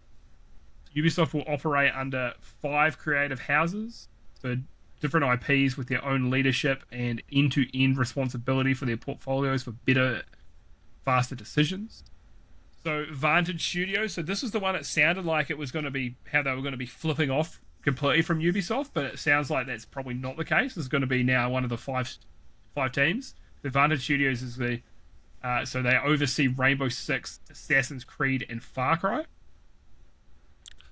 The other ones they don't have names yet, so Creative House 2. It's competitive and cooperative shooter experiences like The Division, Ghost Recon, and Splinter Cell. I actually do hope that, because I believe there is a new Division game in the works, and The Division, I actually really liked The Division 2. And I played through it. I finished the game, and the Dark Zone I thought was cool, but every time you jumped in there, people were hacking, and it was kind of the first extraction shooter in a way. I'd actually have to check that if Hunt Showdown came out before that or not. Maybe it did in early access, but yeah, one of the first extraction shooters. So there's good ideas in The Division. It's just they need to, if that's the game they want it to be, they need to actually have a servicey kind of side of it as well. So Creative House 3 select sharp live experiences. So these are the live service ones like For Honor, The Crew, Riders Republic, Brawlhalla, which I didn't actually realize they owned, and Skull and Bones. The problem with the idea of like you've got one studio that's going to be like a live service studio is how do they work on the next thing if they're constantly putting out content for the old thing? Mm-hmm. That's also a problem if you want them to keep making new games as well. But still, that's what they're doing. Creative House 4's fantasy worlds and narrative-driven universes like Anno, Might and Magic, Rayman, Prince of Persia, and Beyond Good and Evil. This one feels kind of random to me. It's like, oh yeah, we'll put Anno in, which is like a fucking full-on strategy game. Might and Magic, sure, you know, that can make sense of there. Rayman. What? How does Rayman fit in there? Prince of Persia and Beyond Good and Evil. It just feels like a weird mix throwing Rayman in there, but good that Rayman's not getting completely canned. Yeah, and, you know, would love some more 2D Raymans, please. Please. Creative House 5 is casual and family friendly, like Just Dance, Uno, and Hasbro. As much as we will have to see if this works for them, and as much as I've been a Ubisoft hater, I hope that this does work out for them because they need to do something. And as much as it sucks that people are getting laid off as well, I think this is something that Ubisoft need to do if they do want to survive.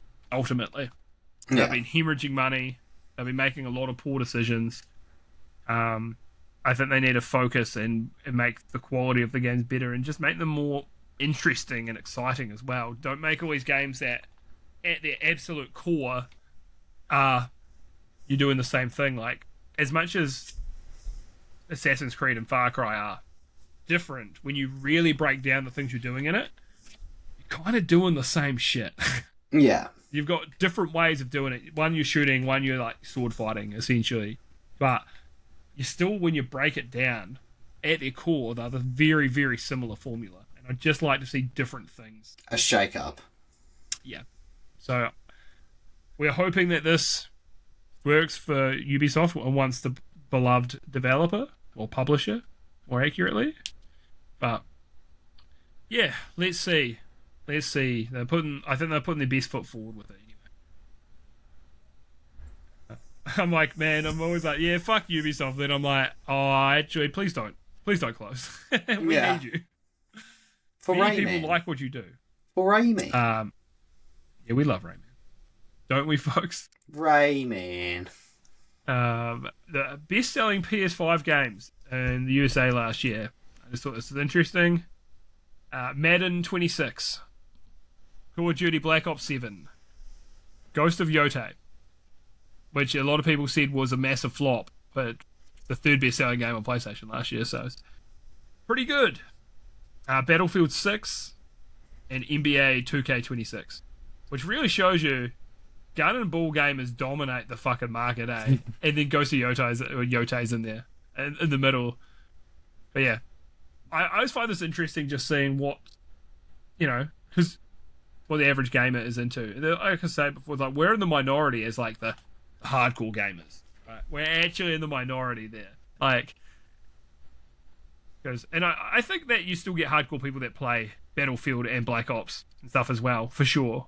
But for the most part, it's like these are the only games that these people generally buy every year. Like a mate of ours, Callum, I remember I was at a party with him years ago, and he'd been through a breakup at the time, and he was like, yeah, man, I'm really thinking about, I haven't been playing games, so I really want to get back into games. I'm like, oh, bro, what do you play? He's like, oh, yeah, FIFA and Call of Duty. And that was like the two things he rattled off, and I was like, thinking, we're different kinds of gamers, bro. I do like Call of Duty, and I have enjoyed Battlefield in the past as well. But I'm not like a ball and gun gamer, So I love how that's what people are just referring to these types of gamers now, and some people are like, this is a racist thing, and I'm like, it's not a racist thing. It's not. This is just about the types of games. There's so many. That's what the average gamer plays. That's what it comes down to. They play, either you're a Battlefield or a Call of Duty guy, or you're a 2K or a Madden guy or a FIFA guy, right? Like you'll pick two of those. You'll pick one sports, and then you'll pick one shooter, and those are the two games that a lot of these dudes play. And there's nothing wrong with that. Like what you like. Go off, king. But yeah, there's a whole other world out there, man. Like I saw that there's like a Young Sheldon spin-off, and it's like, I don't know, like one of the characters, like Sheldon the brother. spin-off. Yeah, it's like the brother of Young Sheldon and his like partner, and it's like someone's like first marriage or something. And I just saw a tweet say, there's a whole other world out there. It was like, it's been renewed for a third season. And they're like, bro, there's a whole other world out there. I didn't know about it. Yeah, it's crazy, man. It's just is. A spin-off of a spin-off. A spin-off of a spin-off, yeah. Pretty wild. The Witcher 4 is estimated to cost between $775 million and $800 million. Bro, that's fucked.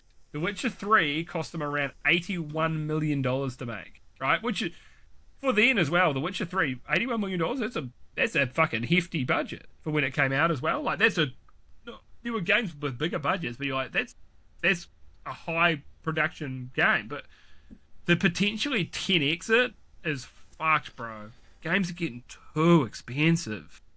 Like, average game, average new release, like what, 130 huck, 160? Yeah, bro. We're paying like $130 for like a brand new release now. Like in New Zealand, it's like, bro, there are so few games that I'm gonna spend 120, 130 bucks on.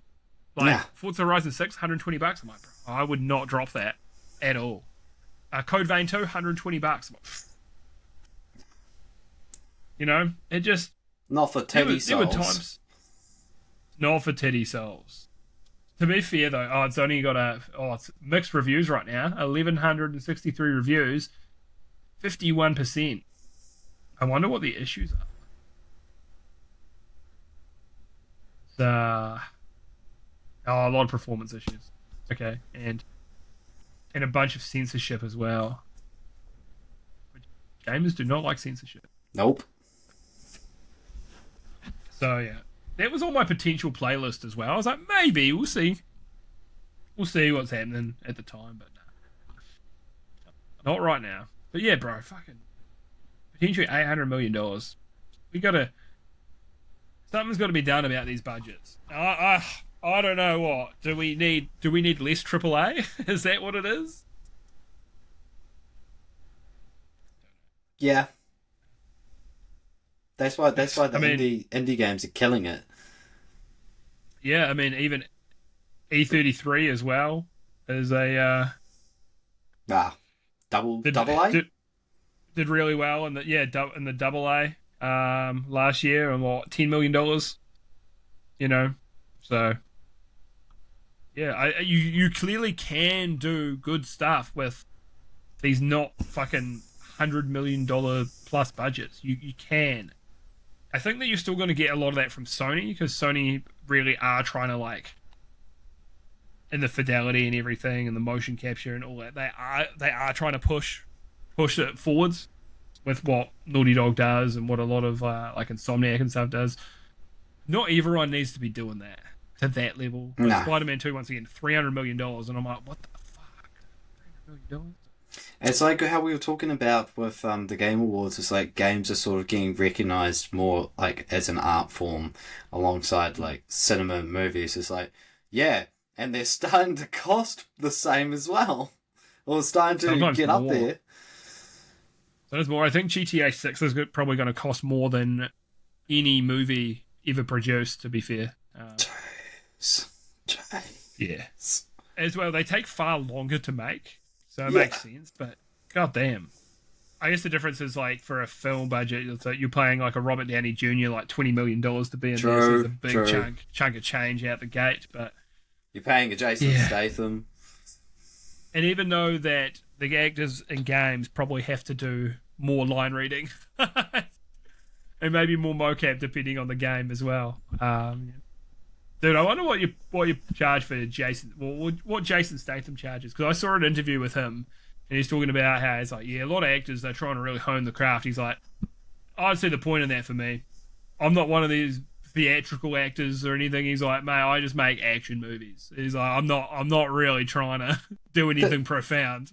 That's he awesome. Completely understands what a skill set is. Yeah. And he's like, there's no point. I'm not trying to do serious roles. Put him in an action film or like a Guy Ritchie British gang film, and he's fucking perfect. Yeah, I respect that. You gotta know what your strengths are and play to them. The Jason Statham guessing game is just like, what job occupation is he gonna do now? Yeah, I'm a beekeeper. We were actually talking about this at UFC. It's like, imagine if he was like a hairdresser and someone starts like getting up in his business, doesn't like the fade he gave him, and he just like gets the cutthroat razors out and just starts killing cunts. Dude, it's so funny that you were talking about it at UFC. Me and my mates were talking about it at UFC as well. Oh, really? Yeah. Well, they're advertising that movie, his latest movie. Oh, that's why. That must be why then. Yeah, okay, that makes sense. I just thought it was this random coincidence. I was like, dude, that would be so funny. We didn't have the same hairdresser joke, but imagine that. Yeah, I'm the barber. He cuts someone's throat. Yeah, that's a close shave. Like, it'll be like shitty lines like that, and you'll be like, yeah, fuck yeah. He knocks fuck him. Yeah, Jason. Knocks him clear in the jaw. Knocks him out. He's like, how do you like that for a fade? Cracks someone's skull, and he's like, just a little off the top.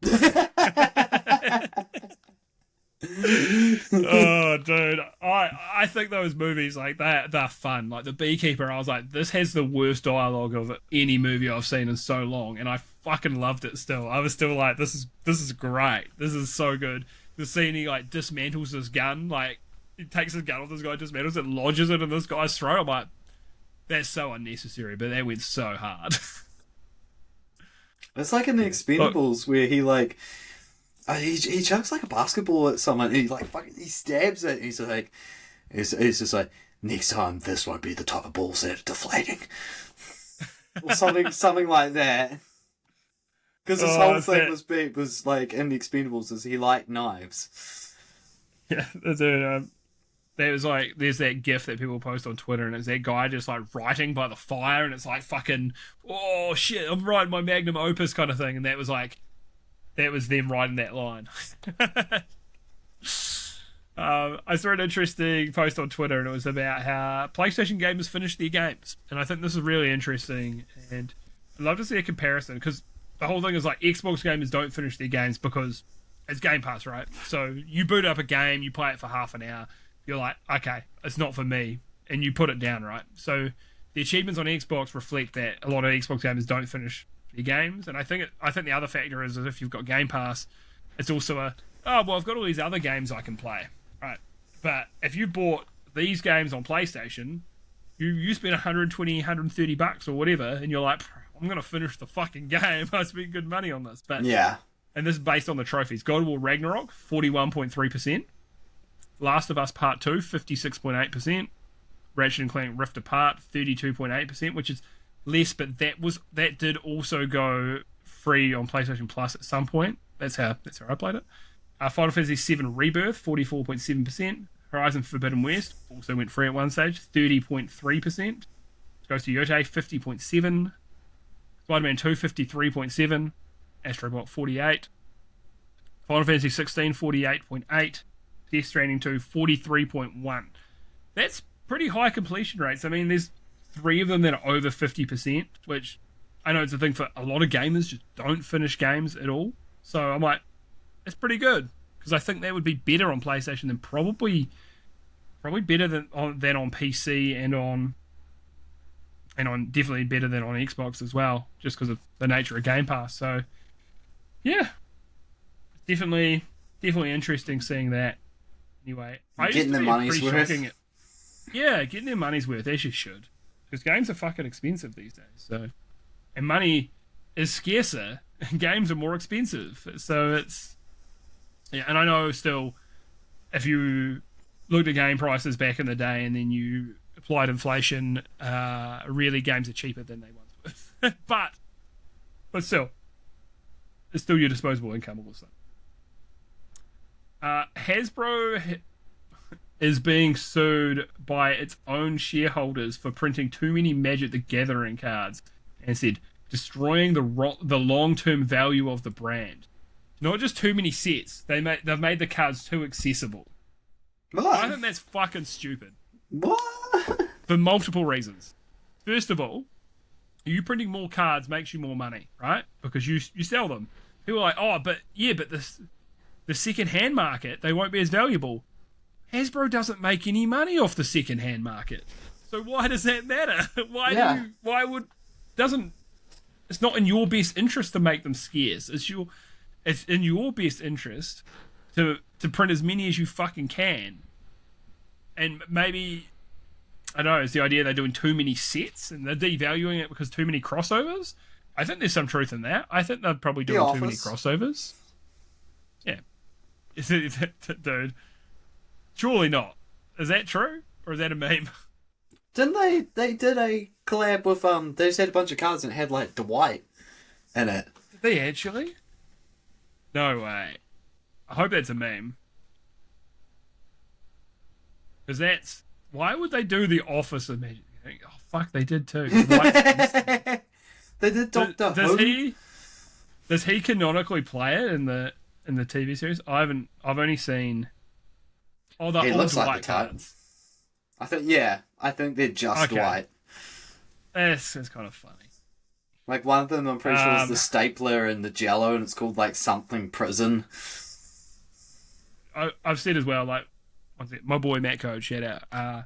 He bought some of the Space Marine, not Space Marine, Warhammer 40k cards. Because, fair enough, I get it. I mean, I bought some of the Final Fantasy VII, like, the basic decks for that, because I'm like, I want to have them. Because I love Final Fantasy VII. But, yeah, it is ridiculous to be like, you haven't actually, if anything, you've actually made more value.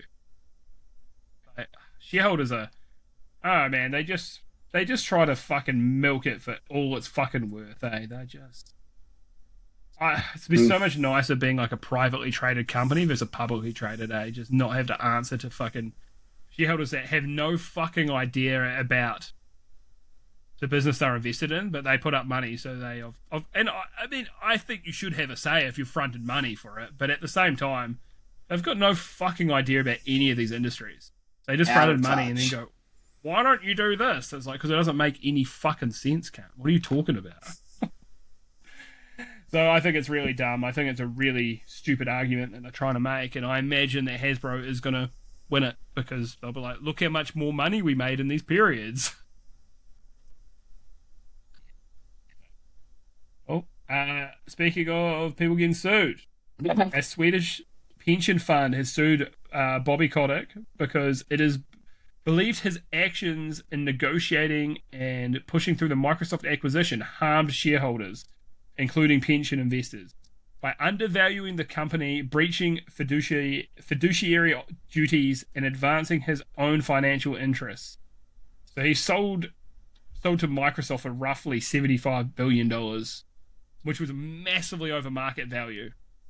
And now we're seeing Call of Duty is floundering, and they are.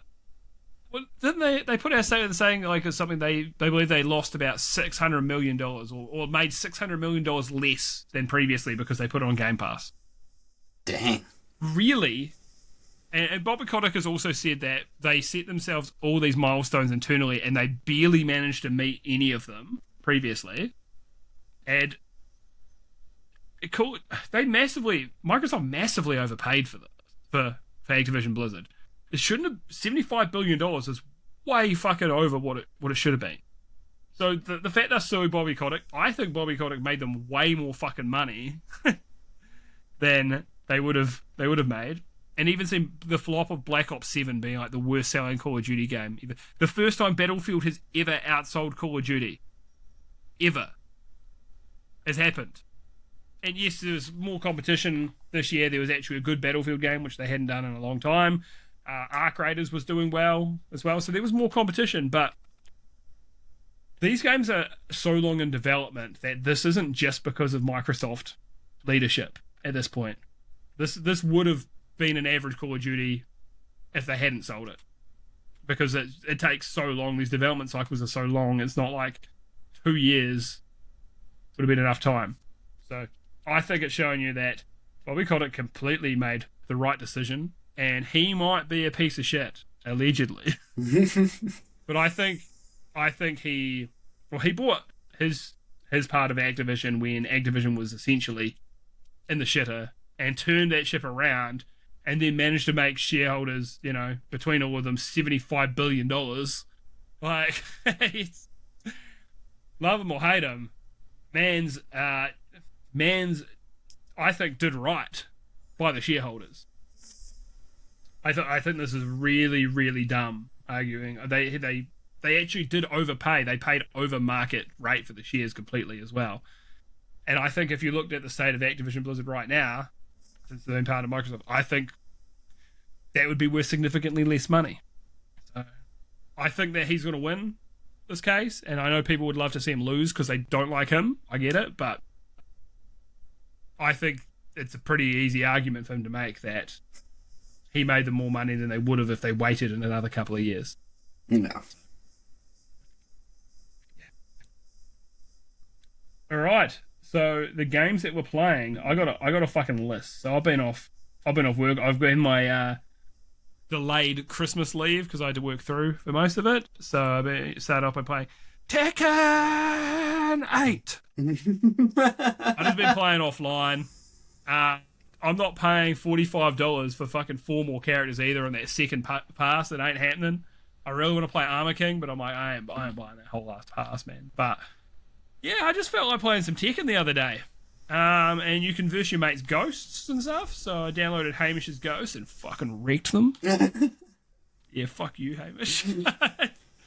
I noticed the difference of versing his ghost versus everyone else's. I'm like, man, he blocks way more than other people. Which is good. That's how you're supposed to. But I'm like, man, I'm trying to...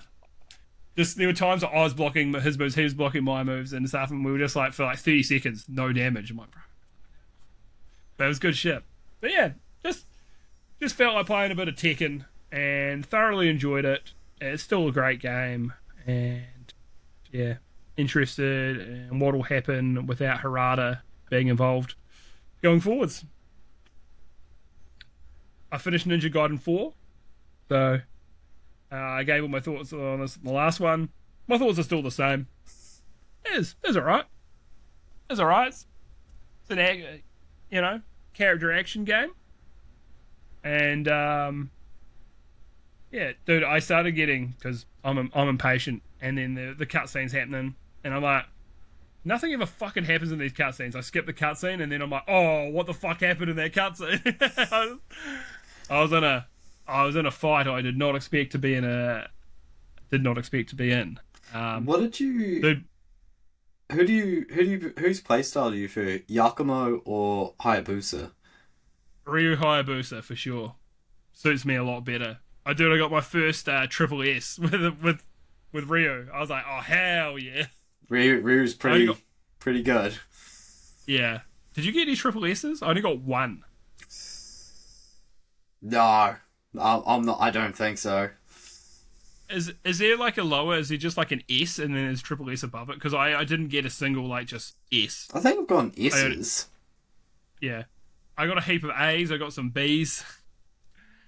I got one triple S. I'm like, hell yeah. The one boss fight I really did not enjoy was when you're Yakumo and you have to fight Ryu Hayabusa for good. Like, yeah. The fight doesn't stop when he kicks your ass, and so he's going at me, and I was just like, fuck! Yeah. Yeah, man's got hands. Did you prefer Ryu or Yakumo as well? I liked at first Yakumo, because I really got behind the two swords and the drill lance or drill spear. Drill lance is my favorite. Yeah, I love that. You expend like blood so you can go. That shit. Yo, fuck yo, little Johnny. But then with Ryu, I liked how he had his whole gimmick was glean force, where it's just like I could hit them up in the air, do a couple of hits, use glean force on like and then finish them off with an Izuna drop. And I like the fact that his because he doesn't have the blood magic, the blood jutsu, he has his Nimpo from like the other games. Yeah. And I'm okay with the fact he only has like one weapon, because the DLC they're giving both of them more weapons. Hell yeah. Yeah. Ryu just had a little better for me. It just clicked better. It's like straight away I was like, oh, okay, I'm getting this. Yakumo took me a lot more time. Both are good. I feel like it's nice that they're both very, very different as well. What did you think of that edgy scene when the female ninja, I think her name's Ayanami? It's McGee. Yeah. And she says something, Yakumo just walks by and is like, fuck off. Yeah. He was Ayami. He would have been so cool in the Xbox 360 PS3 era. Yeah. He would have been so fucking cool. It's kind of cringe now, but I still was like, oh, I get it. That's the kind of era of game this is supposed to be. Yeah. So, yeah. But I finished it anyway, so that was fun. Next game, Shinobi Art of Vengeance. I haven't played much of it yet. I played through one level, and I wasn't 100% feeling it, but I need to get back to it. Doesn't hit for me like the 2D Ninja Gaiden did. Yeah, Ninja Gaiden Ragebound really fucking hit for me. Oh, the pixel art is so good. So good, yeah. Shinobi just looks a little bit too clean. Almost like it's made in like Flash. Yeah, I feel like it's not 16-bit, but it's more 16-bit inspired than 8-bit inspired. Mm-hmm. And I know as well, neither of them are 8 or 16, but you can tell you could tell Shinobi's like more like 8-bit inspired by the pixel art and so on, and this, yeah, it just doesn't hit for me yet. But I'm gonna give it another crack. But I just ended up playing too many games. I'm so split in what I've been playing. So the other night when me and Matt were playing Highguard, then they were like, "Here's an 18 gig update," and he was like, "Oh fuck, it's gonna take 40 minutes." I'm like, "Fuck." I downloaded it also for record. I downloaded it in 2 minutes. I got that fucking fiber on steroids. So he was like, "Oh, we can play something in the meantime. We'll play some League of Legends," and I was like, "I'll need to install it." It took like 5 minutes, and I played 3 games of ARAM for the first time in years. And we won all 3 games. And you know what? I did have a good time with it. It was funny because you used to get all these like angry, like sweaty players in ARAM, and you're like, bro, this is like the for fun mode. You still try to win, right? Because there's nothing worse than the people who are the opposite, and they're like, who cares, bro? It's just ARAM. You're like, bro, we still want to win the game.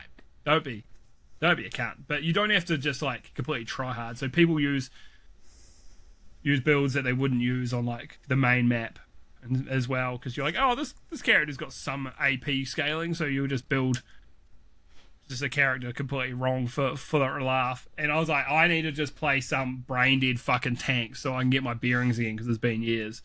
And I played some brain dead tanks, bro, and I had a great time. So that was fun anyway. Just all random, all mid, all decent. But the 2 games I've really put a bit of time into. I've been playing Horizon Forbidden West. And did you play Zero Dawn? I did. You did? Yeah. Did you finish it? Nope, because I was lending it off a mate. It was still fun though. Yeah. So I played Horizon Zero Dawn, I think last year or the year before, and I really enjoyed it. I had a good time with it, but by the time I got to the DLC, I was like, oh, bro, I'm checked out now. I've had my fill. So, yeah, so I've been enjoying it. It took a backseat once I started playing Highguard over the last couple of days. But yeah, it's more of the same. This also led me to realize that I can only play one of these Sony games a year, bro. Like, I couldn't play like another God of War's a little different, and The Last of Us actually is different, but this, Days Gone, Spider-Man, Ghost of Tsushima, as much as you have different characters with different abilities and stuff like that, they're all the same fucking formula, bro. They are all the same formula. It is crazy. When you boil it down, it's like, here's a mission over here. Go here and beat these people. Climb this tower, or, you know, do these little busy things. Like, find the foxes, like shrines and stuff around the map. And Ghost of Tsushima, they all do the same shit and package it differently. And like I say, God of War's actually slightly more linear, and it actually breaks that up. It's got open zones, but not full open world. And that actually, I think, works better for me for God of War. And I think it makes the storytelling easier to kind of tick along. The Last of Us is also very different in the way it structured, for better or for worse for people. But yeah, that's just what I started noticing. And I'm like, man, Sony kind of has their own Ubisoft problem. You know, just there is like an amount to this. There is a formula that they all seem to be following and using the same types of language and stuff. And even though this game is good, and I do enjoy it, and the machines in the world, fucking outstanding.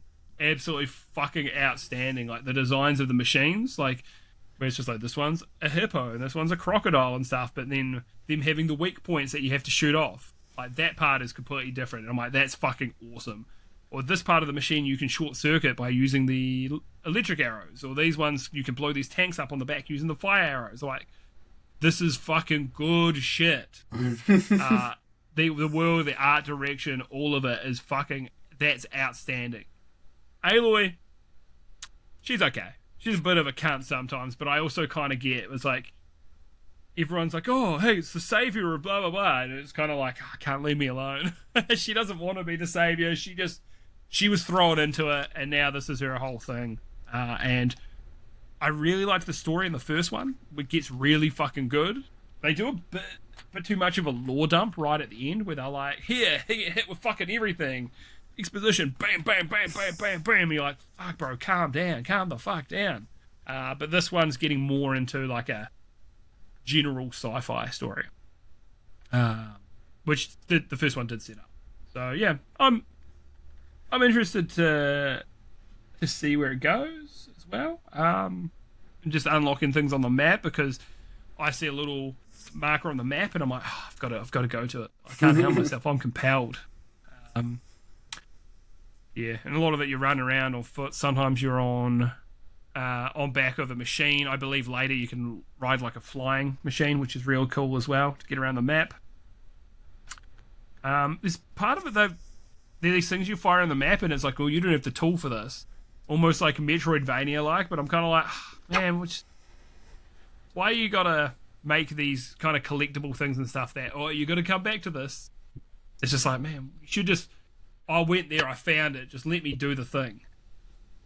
So that's something I found a little annoying. And you know, there's crafting in it as well, so you gotta go gather up all your sticks and your berries and whatever. But it's like minimal crafting. It's just for ammo for your weapons and weapon upgrades and stuff like that. And oh, dude, there's an optional board game, and I'm so fucking into it. It's like me to a T.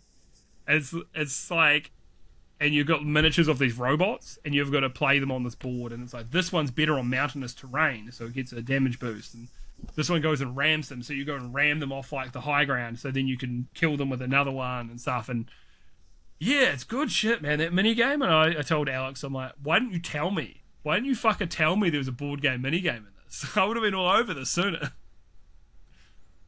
Yeah, so far I'm enjoying it.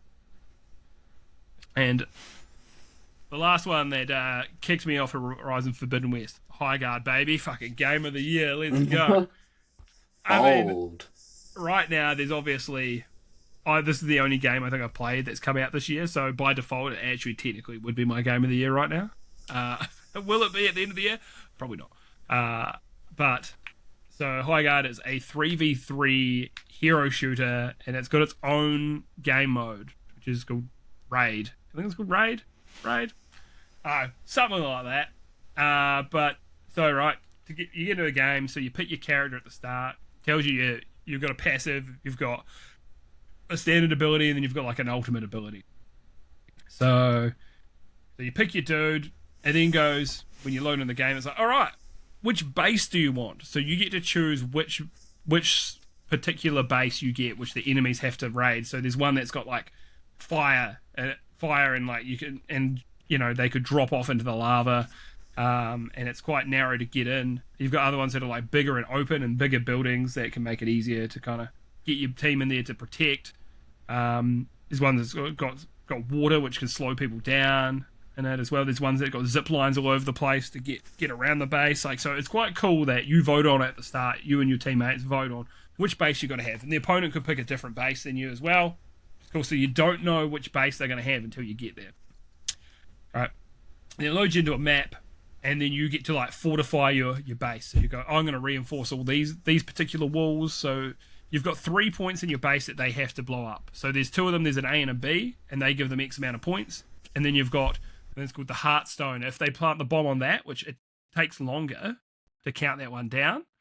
So the other ones I think is like 40 seconds. The Heartstone I think is like a minute, something like that. But yeah, it's generally harder to get to as well.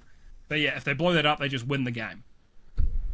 So you want to fortify generally the Heartstone because you don't want to make it easy for them to win. All right, then you go out into the world. There are these little kind of bases around where there's a merchant in there, which you can also access the merchant when you're dead, which is cool. And they have a bunch of crystals. So you mine the crystals, which is the currency for the merchant, which this is where people are kind of like, I think it's doing too much, and I get it. So you mine the crystals, and then you open some chests, and then you go off to the next spot, then you might find another, and you've got a map, so also you can load into, I think it's 1 of 3 or 1 of 4 maps. Then you go off to go loot, so there's blue chests and red chests. Red chests are weapons, blue chests are like armor, and like you can get helmets, so headshots do less damage and stuff like that. There's weapon rarities, there's like grey, blue, purple, and like an orangey gold for the rarity. So you want the better rarity weapons, and as the game progresses, the more weapons you get. There's an airdrop that will drop. I don't think it drops the first round, but it'll drop the second and third and so on rounds. And then you'll get a notification and a thing on the map to say,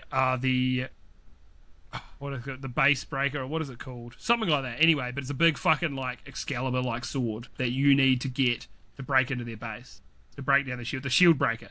Shield breaker's spawning in a minute, and it tells you where it is, and you go, okay, all right, let's gather up. We'll meet there, and that's often where the enemy will be. You have a wee showdown. Whoever wins, you get the sword, and then you've got to run to their base and plant it at the front of their base to then like break their enemy's dome to then get into their base to like raid and plant your bombs essentially. And that's the part I really like. So if you picked a character who's like a defensive character, right, and you like one of the characters can put down these little dudes, these little wisps that can like lob grenades at enemies even though they seem to barely ever fucking do it. Little cunts. Right, and if you're on the offense, you might be like, oh, fuck, I've got this defensive character. However, when you've planted the bomb, well, that's the point you are now protecting. So whether you're defending your own base or defending the spot, defensive characters work regardless. And I'm like, I like that, design-wise. I think that's really good. And for the weapons as well, you've got like snipers, you've got like semi-automatic kind of ranged weapons, you've got shotguns, you've got assault rifles, you've got SMGs, so standard kind of stuff. Oh, I did mention as well, of course, from the trailers, getting around the map, you can get around the map faster by riding a horse, a panther, or a bear are the first ones. So I'm like, of course I'm using the bear, mate. That's badass. So you can just hoon around. They can kill your mount, and then there's a respawn time on it as well. But as soon as you're off it, it's gone. It doesn't they can't shoot it. It's only when you're on it they can kill it.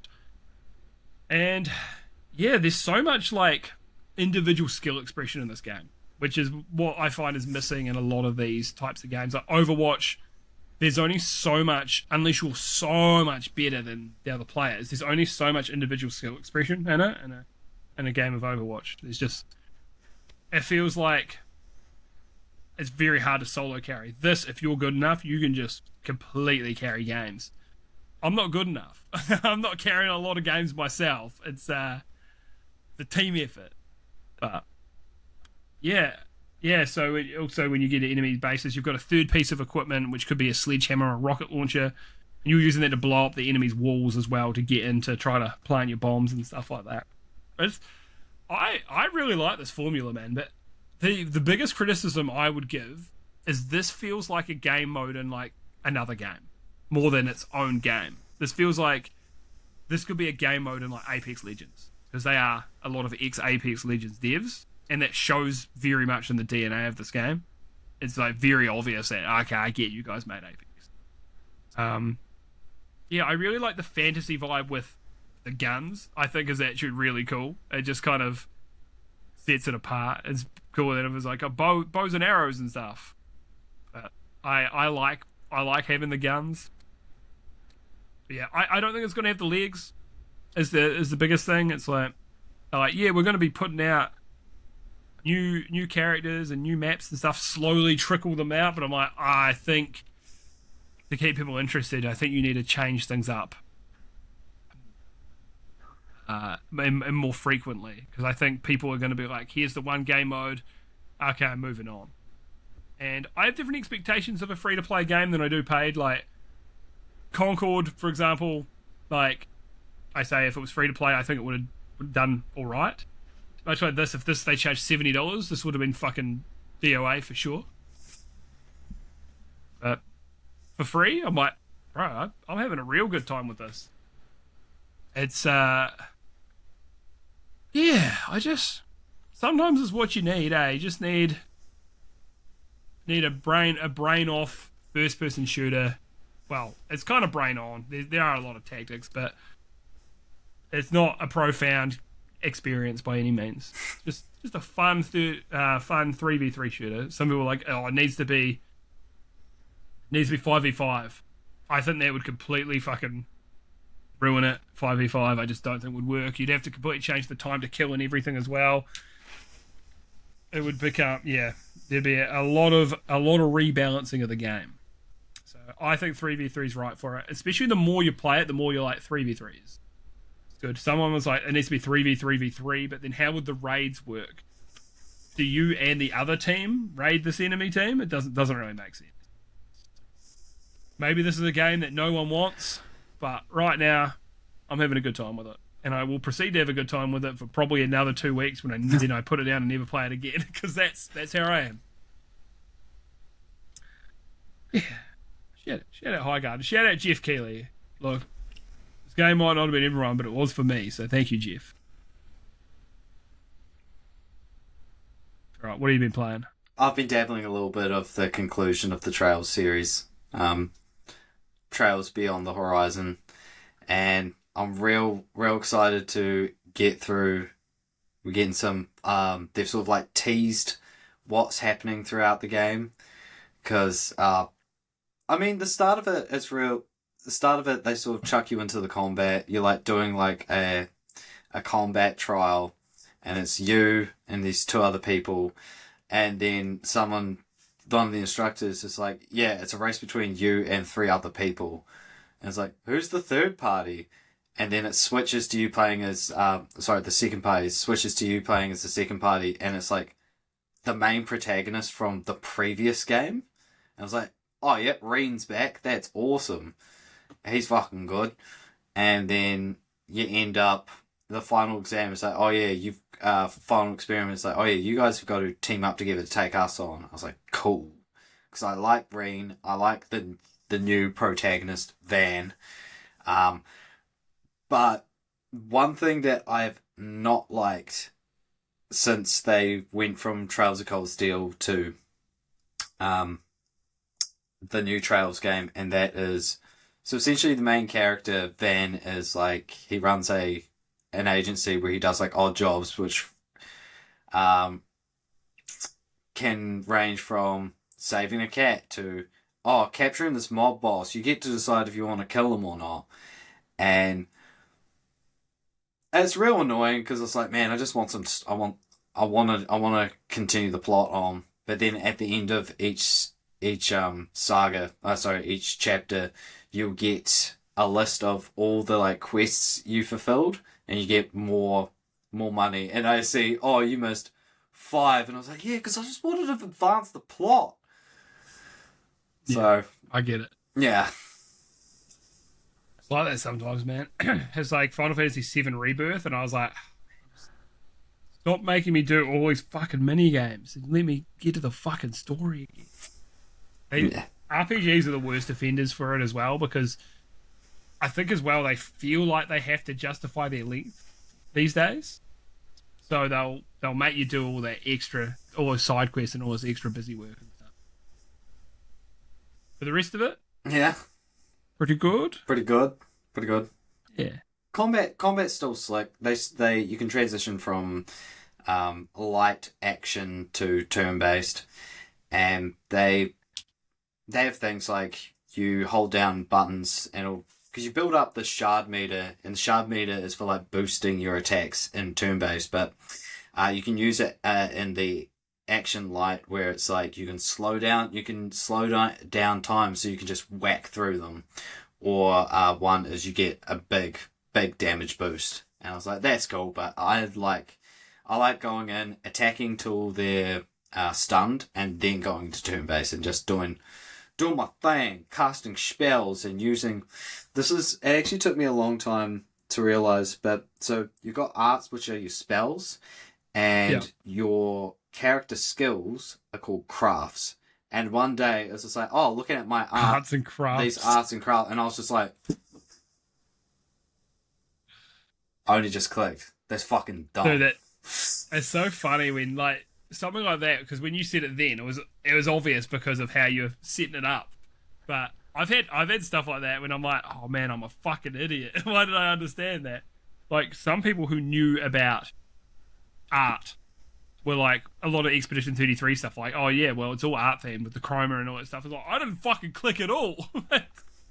I didn't click until like near the end. You're like, everything, and the oh, the canvas, and oh god, I'm such a fucking idiot. Of course, because I'm painters, I knew that, but I'm like, God. It's like a moment years and years and years ago with one of our mate Jordan. And he's just like, "What the fuck does the DS and Nintendo DS even stand for?" I was like, "Dual screen." And he's like, Oh, oh. "Oh, oh, oh!"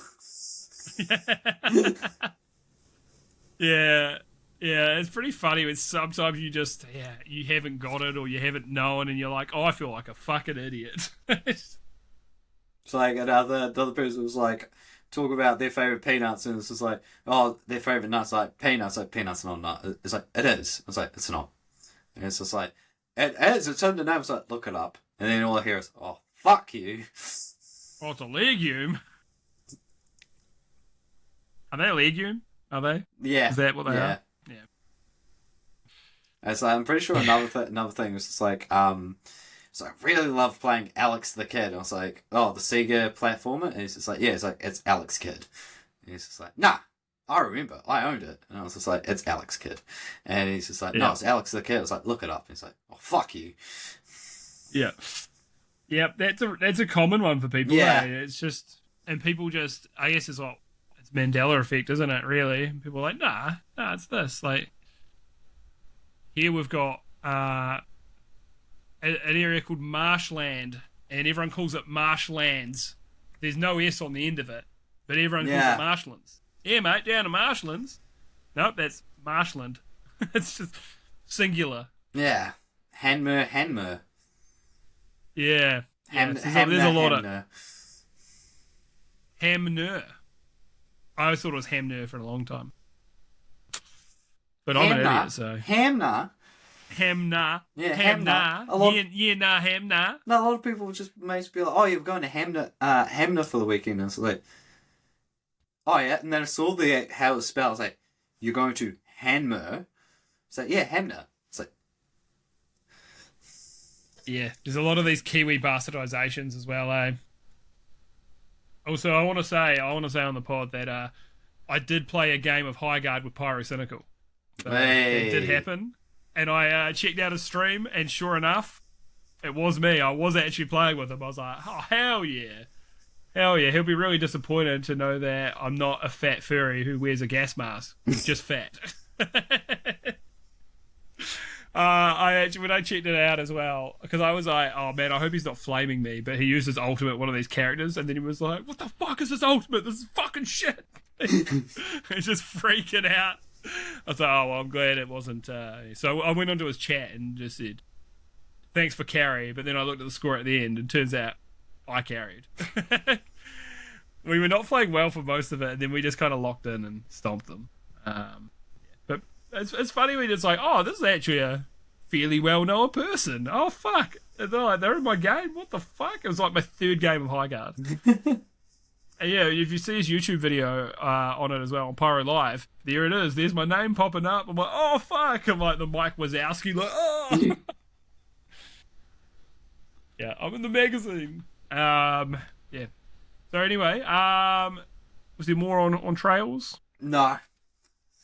Have you been playing anything else? I decided to give Street Fighter 6 a little bit of a dust off in preparation for Alex. Cool. Has he gone? That's basically been it. You cut out for a moment. Sorry, I missed that. I dusted off Street Fighter 6 for a little bit in preparation for Alex. Yeah. Because, I'm going to take time off to learn him. He looks real fun. Wicked. Yeah, I wonder what's going to happen with the recording, because I imagine it's still going to keep that in, because it's local and then uploads together. They're going to do this once per episode. Neo Tri-Beam. And of course, on the stream we were playing XCOM 2, but it did not go well at all with Long War of the Chosen. But yeah, all right. Okay, reviews. So I saw this one, so I don't have the name because it was posted on Twitter, but I thought it was real funny. Completely unrelated. For Dota 2, and it said, after 5,000 hours, I realised that there were not 9 idiots in each match, but 10. And he's actually got like 5,000.01 hours or something like that. He's like pretty much right on 5,000 hours. And I thought that was like, as someone who, I didn't play much of like Summoner's Rift on League of Legends. Most of it was just ARAM, chilling with the boys. It was a good social tool when we had two mates that moved away. But I completely get it, bro. I completely feel that after 5,000 hours, he realizes that I was an idiot for investing this time. So, poor guy, but pretty funny review. I can't shout out his name because it wasn't on there because it was just a Twitter screenshot. What have you got, Stephen? Mine is just a silly little review for Trails Beyond the Horizon from Ichibum. Their profile picture is Ichiban from Infinite Wealth, and it's just something real simple. The girl in this game, one of her things is she's like a burglar, but she's also a famous actress, so she has a cat costume. Yeah, and it's this from Ichibum. He says, "I'm just a fat chud who is in love with fictional character Judith Lanster." Was that other than you're not fat, but you may be a chud? Was that relatable to you? You're not fat. You're a little thick now, Stephen. The good kind, mate. Hey. You're getting them gains, mate. Thank you. Dude, our boy Ruben. I saw him on the weekend in UFC, and man, he always, because when I used to box with him back in the day, he always put on muscle so fucking easy, and he's been back at the gym for like 4 months, and his arms are fucking huge already. I'm like, fuck you, man. I fucking hate you, you son of a bitch. Yeah, he's packed the muscle. I could see he was wearing, because he came from work, and he's wearing his work shirt, and you see just fucking bam. I'm like, Jesus, God. But then our other mate Craig, who's there, who's ex-army, is fucking huge. He's wearing this like, I don't know how to describe it. Like, it's not like a knitted, but I guess you call them knit now. But he's wearing the shirt that shouldn't show off your muscles, and he's so jacked that he's sitting there and like fucking looking hench as fuck, as they say. You're like, Jesus Christ, how do you look jacked in that kind of shirt? Insane. And then there's just my fat ass sitting there blobbing out. And this, that's alright, mate. Happens to the best of us. Yeah. Oh, other news. I'm just going to throw this at the end here. Thankfully, my girlfriend doesn't listen to this. I bought a new watch today, and I'll show Stephen a picture of it after. But it was on a hell of a deal, bro. Crazy deal. It was supposed to be way more expensive. But, I mean, I was going to say, is it in the budget? I'm like, no, it's not. But also, I haven't spent money on anything lately. I've just been saving up, and it came up, and I was like, of course I'll take this deal for X amount of money off. I'd be silly not to.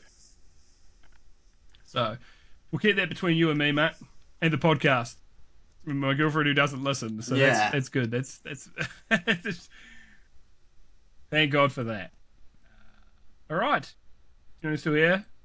Thanks for listening to us ramble about nonsense for 2 hours and 22 minutes according to this timer. I guess it's going to go up because we'll put the music on.